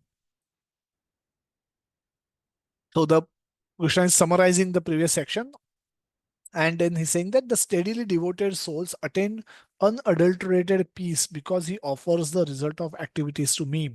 Whereas a person who is not in union with this divine, who is greedy for the fruit of his labor, becomes entangled. So he summarizes the previous section with these two verses and then move on to the next section, that uh, that even when the embodied living being, text 13, yeah, when the embodied living being um, controls his nature and mentality, renounces all actions, he resides happily in the city of nine gates, that's material body, neither working nor causing work to be done. One become peaceful, and the same person can become happy. One who is not peaceful cannot become happy. And to become peaceful, you need to become detached from the results of the work that you're doing, and detached from the possessions, knowing to whom they belong to. We can become detached. We don't have to give up possessions. Need to become detached from the possessions. So there's a difference, in giving up possession. Is not what is recommended, but becoming detached from the possession is what is recommended. So Yudhishthir Maharaj was detached from his possessions. He was king of the whole universe, but detached. He was detached. He was servant of Krishna. Prahlad Maharaj, after killing Hiranyakashipu, Narsimhadev told Prahlad Maharaj, "You become king. I will अभी मैं आपका राज्याभिषेक करूंगा, आप राजा बनेंगे." प्रहलाद महाराज बोल रहे कि मुझे राजा नहीं बनना, मैं मैं भवसागर में नहीं गिरना चाहता, बिकॉज राजा बन के राज्य करना होगा, तो I will have to do all kind of things. But Narasimhadev said, "You will not get entangled because you are my devotee. Your consciousness is completely attached to me. You cannot become you cannot become entangled in the material world. So you are fit to become king." So that's how we know that it is possible to become to remain detached while possessing the opulence of the entire world also. We don't have that much, but all of us should know that it is possible, by taking the spirit of detachment, doing everything with the spirit of detachment. It is possible to remain Krishna conscious in the chaotic world. Know who is the real doer. We're moving to the next chapter, next section, the Text 14, Krishna says that embodied spirit, master of the city, of this body, does not create activity. Now he's saying, who is the doer? The person is not the doing, nor does the Supreme Lord assume anyone sinful or pious activities. Embodied being, however, are bewildered because of the ignorance which covers their real knowledge. Who is really doing? Krishna says, a super soul, a jiva desires. Now, Krishna gives the formula. This is elaborated again in the 18th chapter. That the jiva, how action happens. हम कोई भी चीज करते हैं तो मुझे ये हाथ भी उठाना है तो a jiva desires that I will lift my hand. Now, super soul, Krishna is sitting inside our heart, Paramatma. He is observing. He knows that what the desire of the soul is. The desire of the soul is to lift the hand. Now, Krishna, seeing my available credit of karma, either sanctions or reject the desire. Either sanction or reject the desire. Seeing him sanctioning the desire, he orders material nature, prakriti, to execute the desire. And we see things happening. So a jiva soul desires that I should lift my hand. Krishna sanctions, and material world, material energy, prakriti, they execute when my hand will move, and it will be lifted. The joints will happen correctly. The and everything, the whole thing will happen in such a way that my hand gets lifted actually, and that is sanctioned. This is how work happens. Super soul verify and sanction based on does this jiva deserve any to get this desire fulfilled or not. And it could be small desire, there could be expressed desire, there could be unexpressed desire, like I'm breathing right now, my food is getting digested right now. Now these are subtle actions, they are not explicit actions. I don't desire to take a deep breath, I take breath, but those are involuntary actions, those are continuously happening, but they happen as long as there is a sanction from Lord, from Paramatma. The moment that sanction goes, my oxygen level will start dipping, and I will need to be given external oxygen. Even though the other people around me might be breathing the same oxygen, my lungs will have no capacity to extract oxygen out of air. Then I'll be given oxygen, I'll be given ventilator. So the everything happens, the smallest of the action also happens with the sanction of the Lord. What to speak of all our great achievements that we would have done so far. Muhammad Ali, the champion heavyweight boxing, he used to say, I'm the greatest. But towards the end, he says, I was the greatest fool. I can't even lift a cup of coffee. He had Parkinson disease. So this is what we are like. I can get what happens when we think that I'm in control or everything of everything and everyone and everything. I can get what I want. I will beat my rival. I will work 18 hours a day and finish everything. And then sometimes you will want to kill yourself like this. The picture on the top, is trying to shoot himself. Picture below, his boss is shouting at the top of his voice on the to the employee, and he's feeling very very sad, morose. In the middle, the person is completely frustrated. The first and the second image, all of us should see ourselves in somewhere here and know that what is the reason, what is the root cause of our problem, and should try to overcome the problem by taking the study of Bhagavad Gita. If we miss this opportunity, Krishna willing, we don't know when we will be given another opportunity to learn Bhagavad Gita. But since we have this now, take most advantage of it, make the most out of it. Bhagavad Gita is meant for us. It's not meant for our dog. It's not, they cannot understand it. So take the Bhagavad Gita study more seriously. Step the equal vision. The famous verse, Prabhupada has used this many times. Vidya vinay sampanne brahmane kavi hastini shuni chaiva shvapake cha panditaha samadarshinaha. Pandita ka, they see everything with equal vision. The humble sage, किस किस को वो equal vision से देखते हैं? विद्या विनय संपन्ने। Humble sage by virtue of true knowledge see equal with equal vision a learned brahmana vidya brahmane gavi hastini. Gavi means a cow. Hastini is elephant, dog and a dog eater, outcast. ये सब में common क्या है? तो common है परमात्मा in their heart, that's the common. They both, all of them are children of God. All of them are part and parcel of the same supreme God. They are wearing different dresses, but essentially they are all sons, children of Krishna. Verse 20, person who neither rejoices upon achieving something pleasant nor laments upon obtaining something unpleasant. जो अच्छा होने से खुश नहीं होता और दुखी नहीं होता अनप्लीजेंट कुछ होने से. Who is self sufficient, self intelligent, who is unbewildered, who is not confused, who knows science of God is already situated in the transcendence. Purport में प्रपात जी लिखते हैं, the symptoms of the self-realized persons are given here. The first symptom is that he is not illusioned by the false identification of the body with his true self, but he knows that he is spirit soul. He is not his body, he is spirit soul.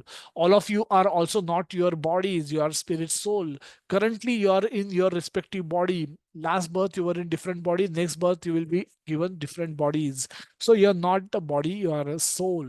He knows, this person knows that perfectly well, that he is not this body but he is fragmental portion of supreme personality of Godhead. He is therefore not joyful in achieving something, nor does he lament on losing anything which is related to the body, because all our possession, happiness and distress come with things in relation to the body. We don't lament for not being able to go to temple for long time or not having eaten Krishna Prasad. We rarely lament for not seeing beautiful form of Lord in the nearest temple.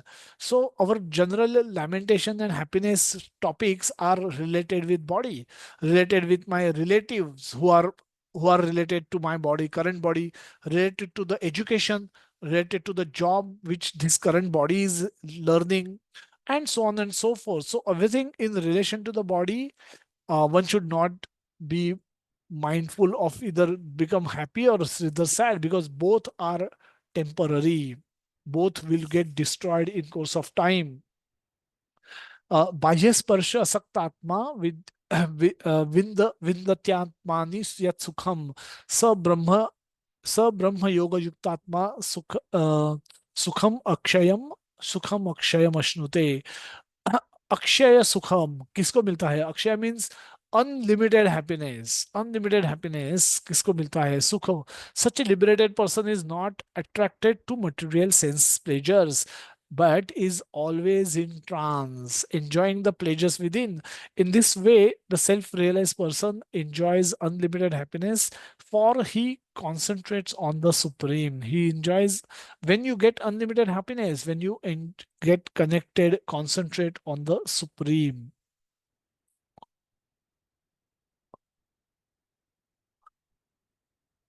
So, Krishna is going to speak about the importance of sense control, mind control. Mind control will come in next chapter, but here he's going to be a teacher of sense control, self control. यही संस्पर्शजा भोगा दुख योनवे एवते आद्य अंतवंतः कौन्तेय न तैशूरमते बुधा. Very beautiful verse. An intelligent person does not take part in the sources of misery which are due to contact with the material senses. O son of Kunti, such pleasures have a beginning and an end, and so the wise man does not delight in them. As what Krishna is saying here is, जो सुख हमको touch, संस्पर्शजा होगा, the touch to the material object से जो सुख मिलता है, that sukha, any such desire for getting that sukha is impregnated with misery. Dukha yonaya evate. Misery is just awaiting to come. Any people people could be desirous of eating gulab jamuns, and if you eat gulab jamun 1, 2, 3, 10, 15, 20, it will not give you increasing happiness. The first two, three may give you happiness, but fifth, 10th, and 20th will definitely give you pain. You will not experience the happiness. Similarly, is the case with physical relationship with opposite sex.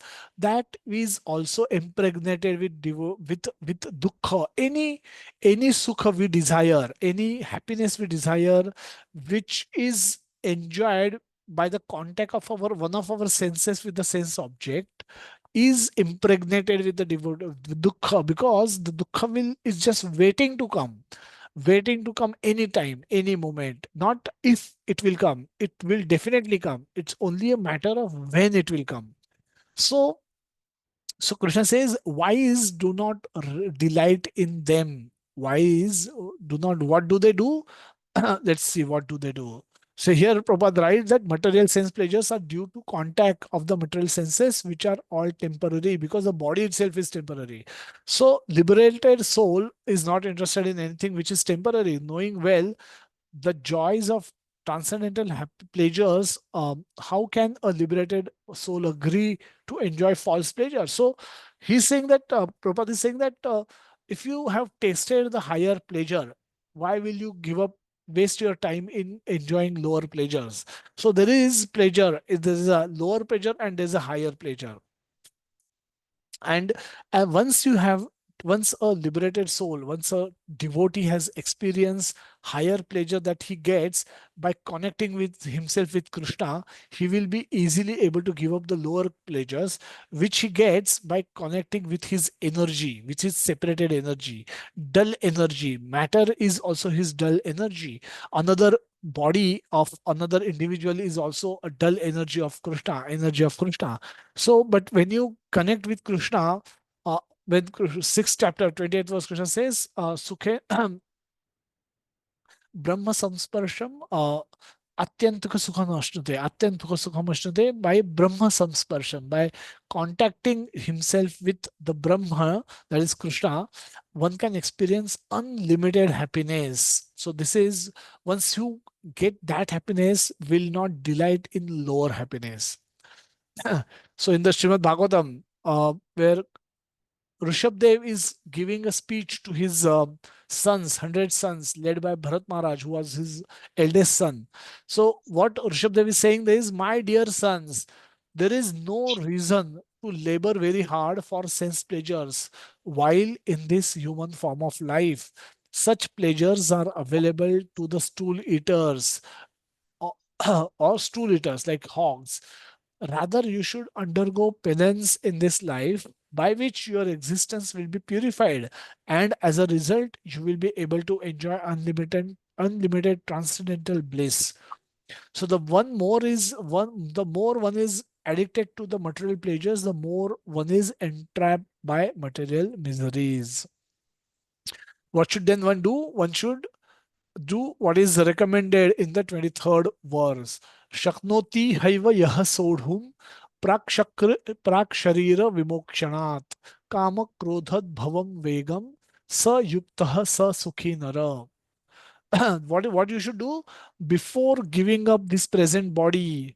Remember, we don't know when we will have to give up our present body. It could be next moment, it could be maybe next hour, it could be maybe after, at the end of this day, it could be maybe at the end of this month, at the end of this year, or maybe after 50 years, whatever it is.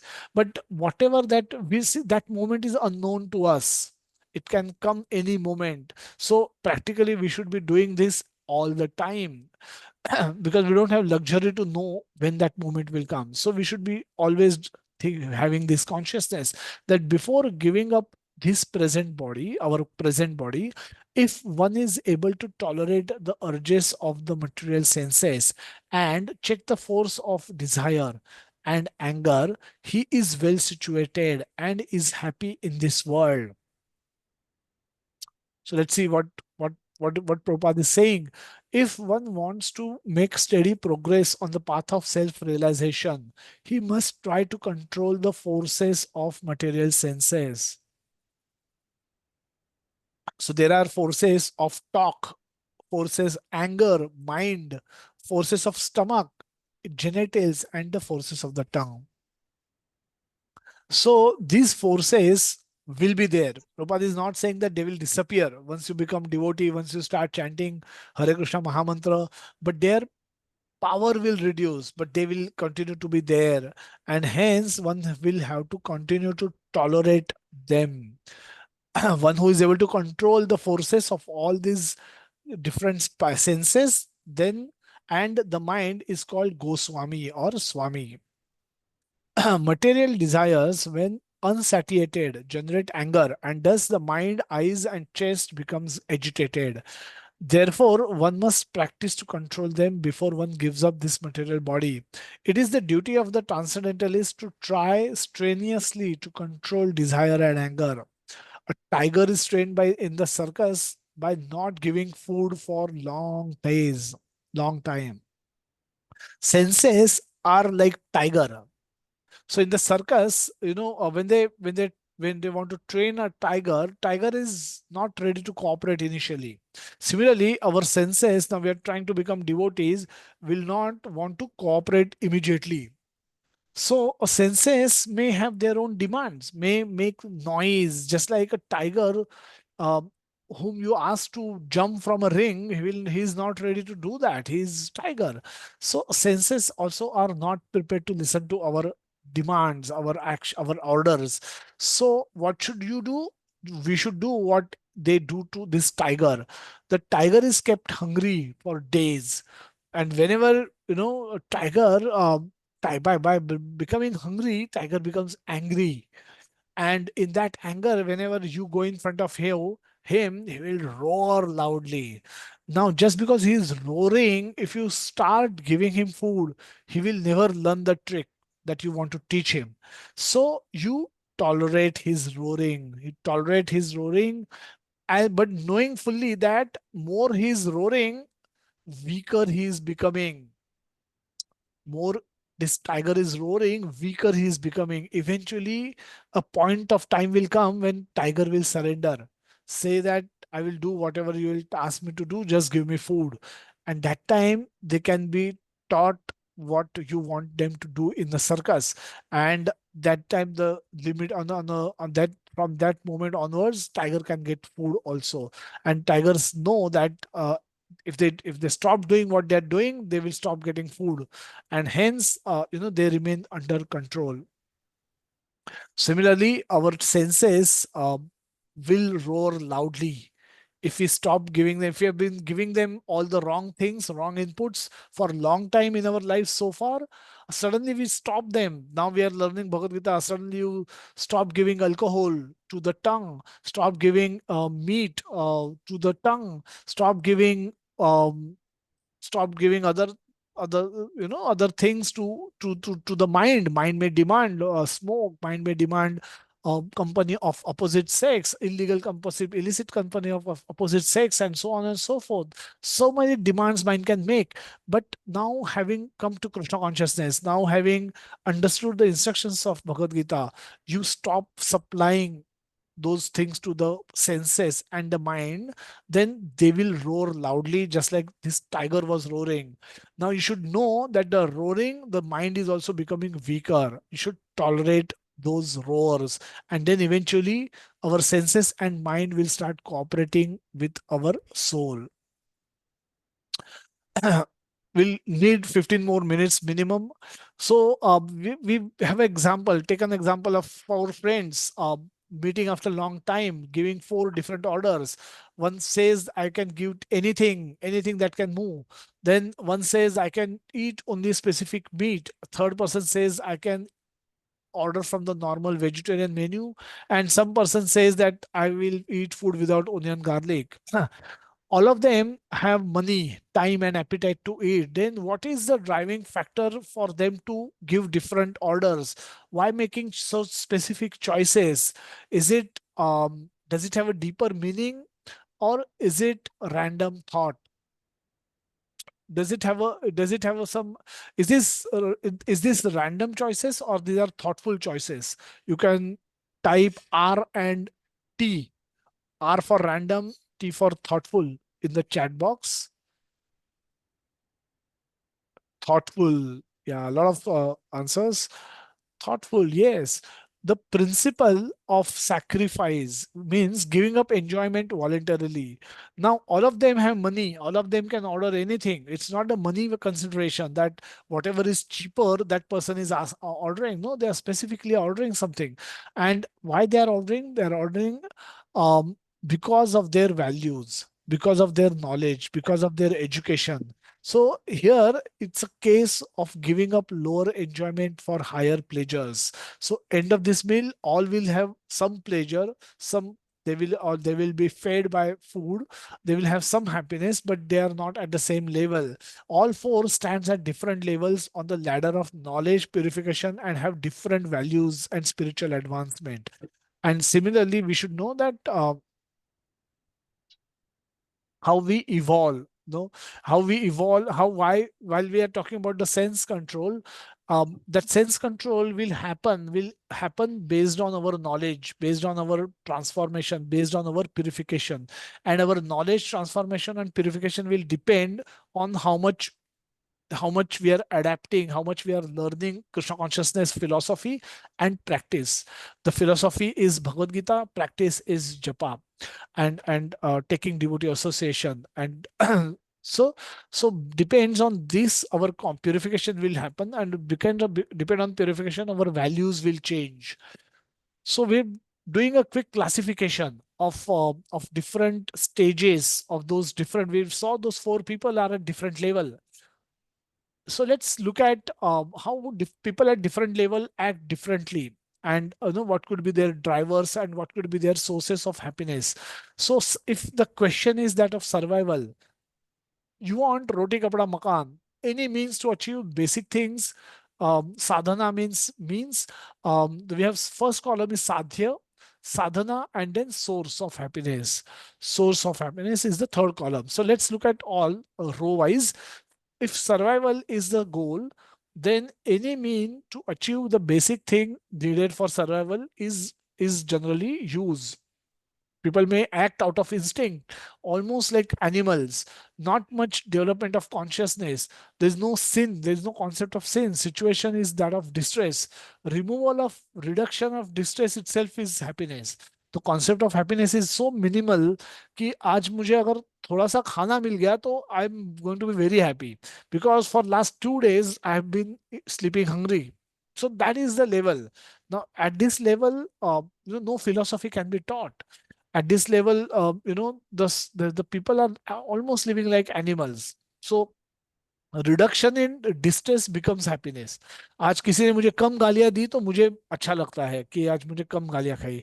आज instead of 10 दिन, आज पहले मुझे 5 दिन में एक बार खाना मिलता था, आज मुझे 3 दिन में एक बार मिला है तो मुझे I am reduction of distress, तो I am feeling happy. Now this is not true happiness. So better than them are the second level, having satisfied the basic need, those who have basic needs are taken care of and now desire to enjoy the world as much as they can. Now they are not at the first level, survival level से ऊपर है ये लोग, but उनके basic things है, कुछ job है, कुछ monthly पगार आता है. Now they want to enjoy the world as much as they can because that's what they see everyone doing. That is what their Bollywood is teaching. That is what politicians are teaching. That is what their role models are teaching. That is what their neighbors are doing. That is what their friends are doing. That is what their relatives are doing. Everybody on the social media is doing the same thing. Enjoy in the world as much as you can. Whatever means you have, use it for enjoyment. And that's how um, then for them the sadhana means huge attachment and desire to enjoy. Work hard, party harder. You would have heard, some of you might have heard this motive. Not much distinction in right and wrong. Enjoy best to the best of your ability and capacity. Consciousness is much at a bodily level with no or very little knowledge about soul and God. Now, source of happiness being fully attached to the sense object and enjoyment, one's happiness is dependent on getting or not getting sense pleasure. External, it dependent on the external things. Internal happiness is not developed at all. Often people are either hankering or for more desires or lamenting for what they are lost. So they are never happy permanently. Because if you are dependent for your happiness on external things, sometimes you will get it, sometimes you will not get it. No matter how hard you may try, no matter how best you try, and whatever you get, it will get over anyway, or you will get over. So again, there will be lamentation. Now the next best better level, next higher level than this is, so we saw survival. Those who have got the basic means, better than them are the one who may get some knowledge about God. Now lot of people in that we probably know, in our phone book, in our knowledge offices, friend circle, could be in this second category, second line. The third line, the one may get some knowledge about God, religious materialist, and try to enjoy by following some religion, by avoiding adharma at least. So they have some knowledge about God. Some, they are better than the previous one, and the previous ones are better than the basic ones. So there is a progression, that what we are seeing. So some sadhana is some awareness of gets developed, that we are dependent on God. They see that we are not in control. There is somebody, some God, concept of God is there, who is in control, and we need to do some sacrifice to them to keep them happy. And so they have some awareness, they can develop some sadhana they can do. The focus is on enjoyment, not on God, even though they have no knowledge about God, but their focus is not on God, is on enjoyment. They want to do things which will facilitate enjoyment, and they look at God just like a order supplier. I did this, you give me that. So God, if at all, they should make necessary arrangements so that we can enjoy nicely. Happiness depend upon if they get sense object, which otherwise leads to hankering and lamentation. The better than them is is nishkam karma yogi. One may progress to get more knowledge, prosperity, and satisfaction. To retain the same and to express our gratitude for providing the same, we may approach God.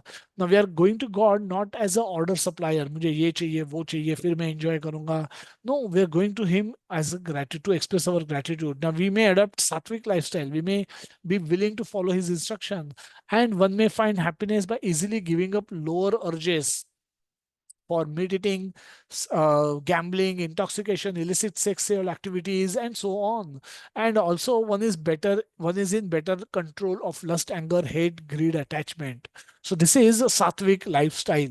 You're eliminating sin and you are cultivating positivity by doing Krishna conscious activities, by doing reading, by doing hearing, like all of you are doing, by chanting, by serving, by visiting temple, by associating, talking to devotees, and so on and so forth. What's the source of happiness in this case? The one leads to a relatively peaceful and content life. One may factually understand that one is not his body but soul. We are related to God, and our only dharma is to love and serve God. So one start getting happiness by serving God and devotees. Now that's a very higher happiness. Who wants to serve? Everybody wants others to serve them, but if you develop a attitude of service, and by doing that, if you derive pleasure, then that can give you happiness in all situation, any condition. And the topmost is Kevala Bhakti. Life in Krishna consciousness or devotional service only focuses serving Krishna by any means. Yena kena prakarena. What is the sadhana? With advanced knowledge of spiritual topics, one develop desire to dovetail or devote all one's activities for service of Krishna. He is ready to do everything and anything for Krishna. So one is then ready to perform all kind of activities required for serving Krishna or his devotees in their mission. A source of happiness focuses on rendering service to Krishna directly to his devotees. One can get unlimited happiness by connecting with Krishna, by chanting his name, admiring his fame, hearing his pastime. These are the sources of happiness. A devotee at this stage, just by chanting, become happy. So he's for chanting, you don't need anything. Just by remembering Krishna, you feel happy. Just by admiring his gunas, you feel happy. By hearing his pastime, you feel happy. By reading scriptures glorifying Krishna, you feel happy. Taking darshan of deities, you feel happy. Honoring prasad, you feel happy. Singing and dancing in kirtan, you feel happy. Meeting and honoring devotees, you feel happy. Participating, serving in festivals, you feel happy. Helping devotees, you feel happy, so on and so forth. So your happiness concept itself change. when you come to this platform, come to this level. The last lesson is peace formula. Let's see. Bhuktaram Yajna Tapasa Sarva. This is the last verse, so it should not take long for us to wind up today's session. And we'll go to the question answer session later. But if there are any questions, please keep typing. I will retrieve those and I'll answer those later if need be. So Bhuktaram Yajna Tapasam Sarva Loka Maheshwaram Surudam Sarva Bhutanam Gyatva Mam Shantim Rachati. So here the direct reference Krishna has made very prominently. He's brought himself to the center of the entire discussion, saying, "Gyatva mam, if you know me, you will attain peace, supreme peace you will get." And what know me? Know me what? Know what about me? Krishna says, you should know that I am the Bhuktar, Bhuktaram.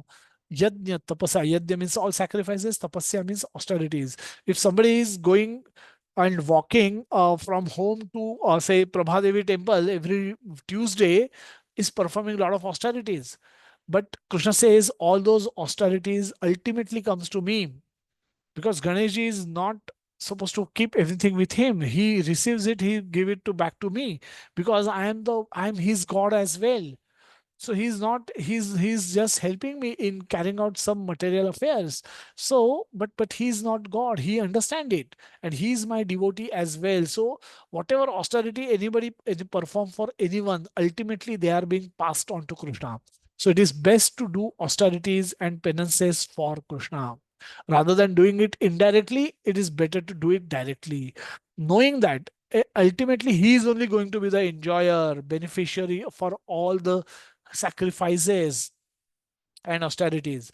The Supreme Lord of all planets, Sarva Loka Maheshwaram. There are three lokas: upper planetary system, Bhuloka, and lower planetary system, Patal Loka. So Krishna is Maheshwaram, Mahaishwar, Ishwar of all the planetary systems and demigods. Surudha. Surudha means ever well-wisher.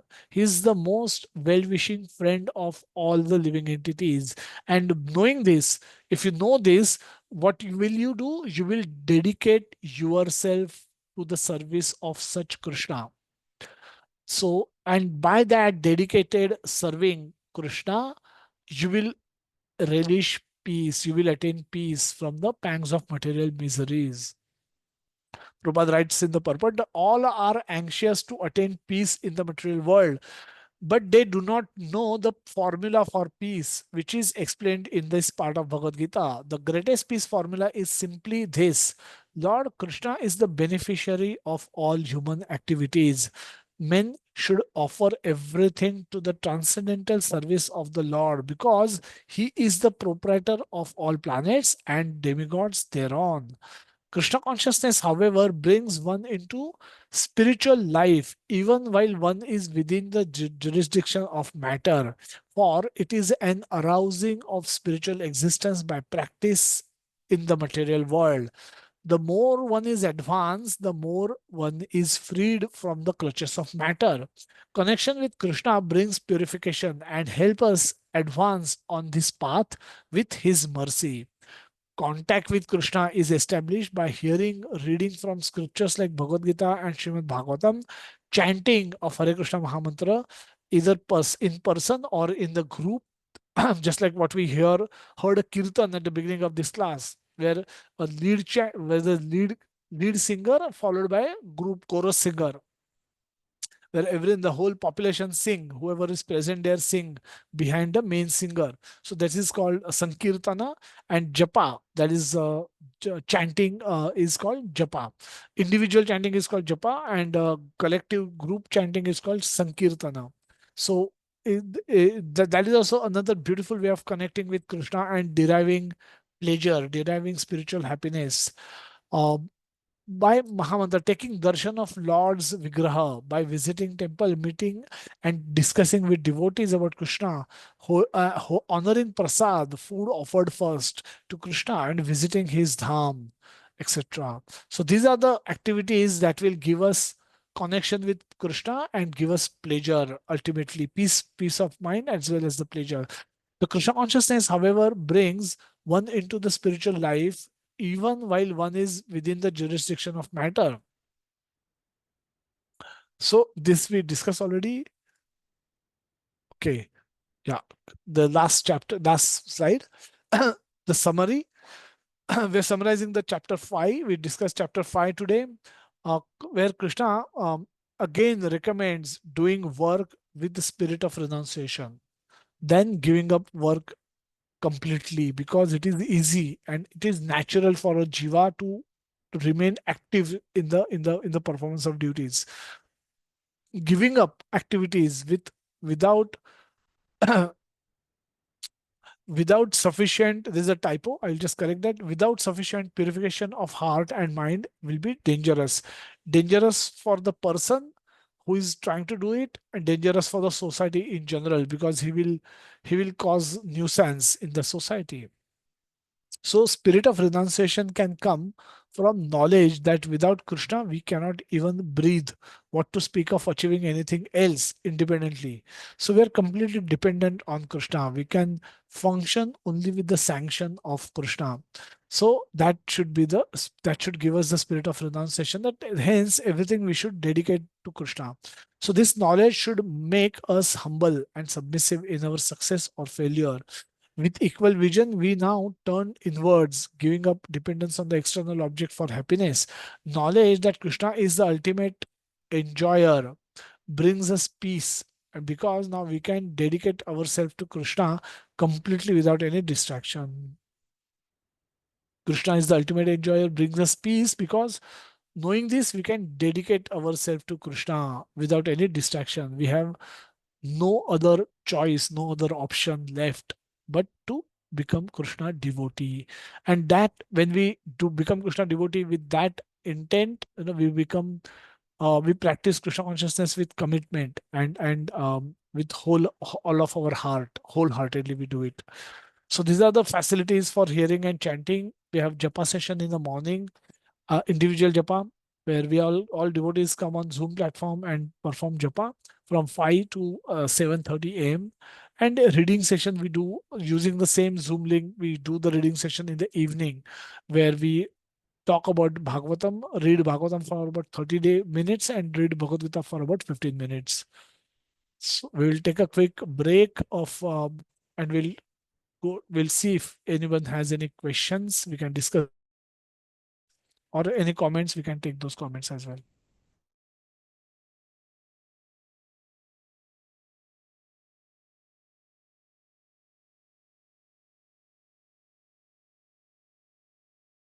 So all of you now know how to raise hand. So raise hand if anyone has any questions, and so we can otherwise close the session.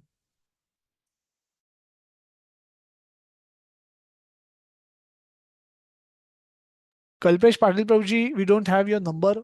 So if you have our number, or you can just send your mobile number by sending a direct message to us so that we can reach out to you. Thank you so much for joining all sessions so consistently.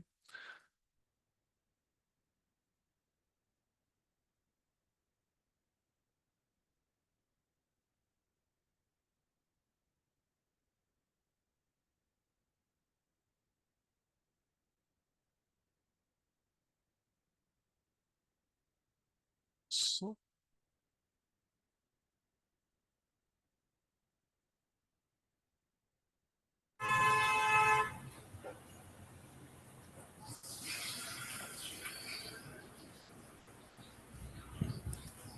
yeah, is necessary to Sanskrit? No, Puja Mataji, no need to know Sanskrit.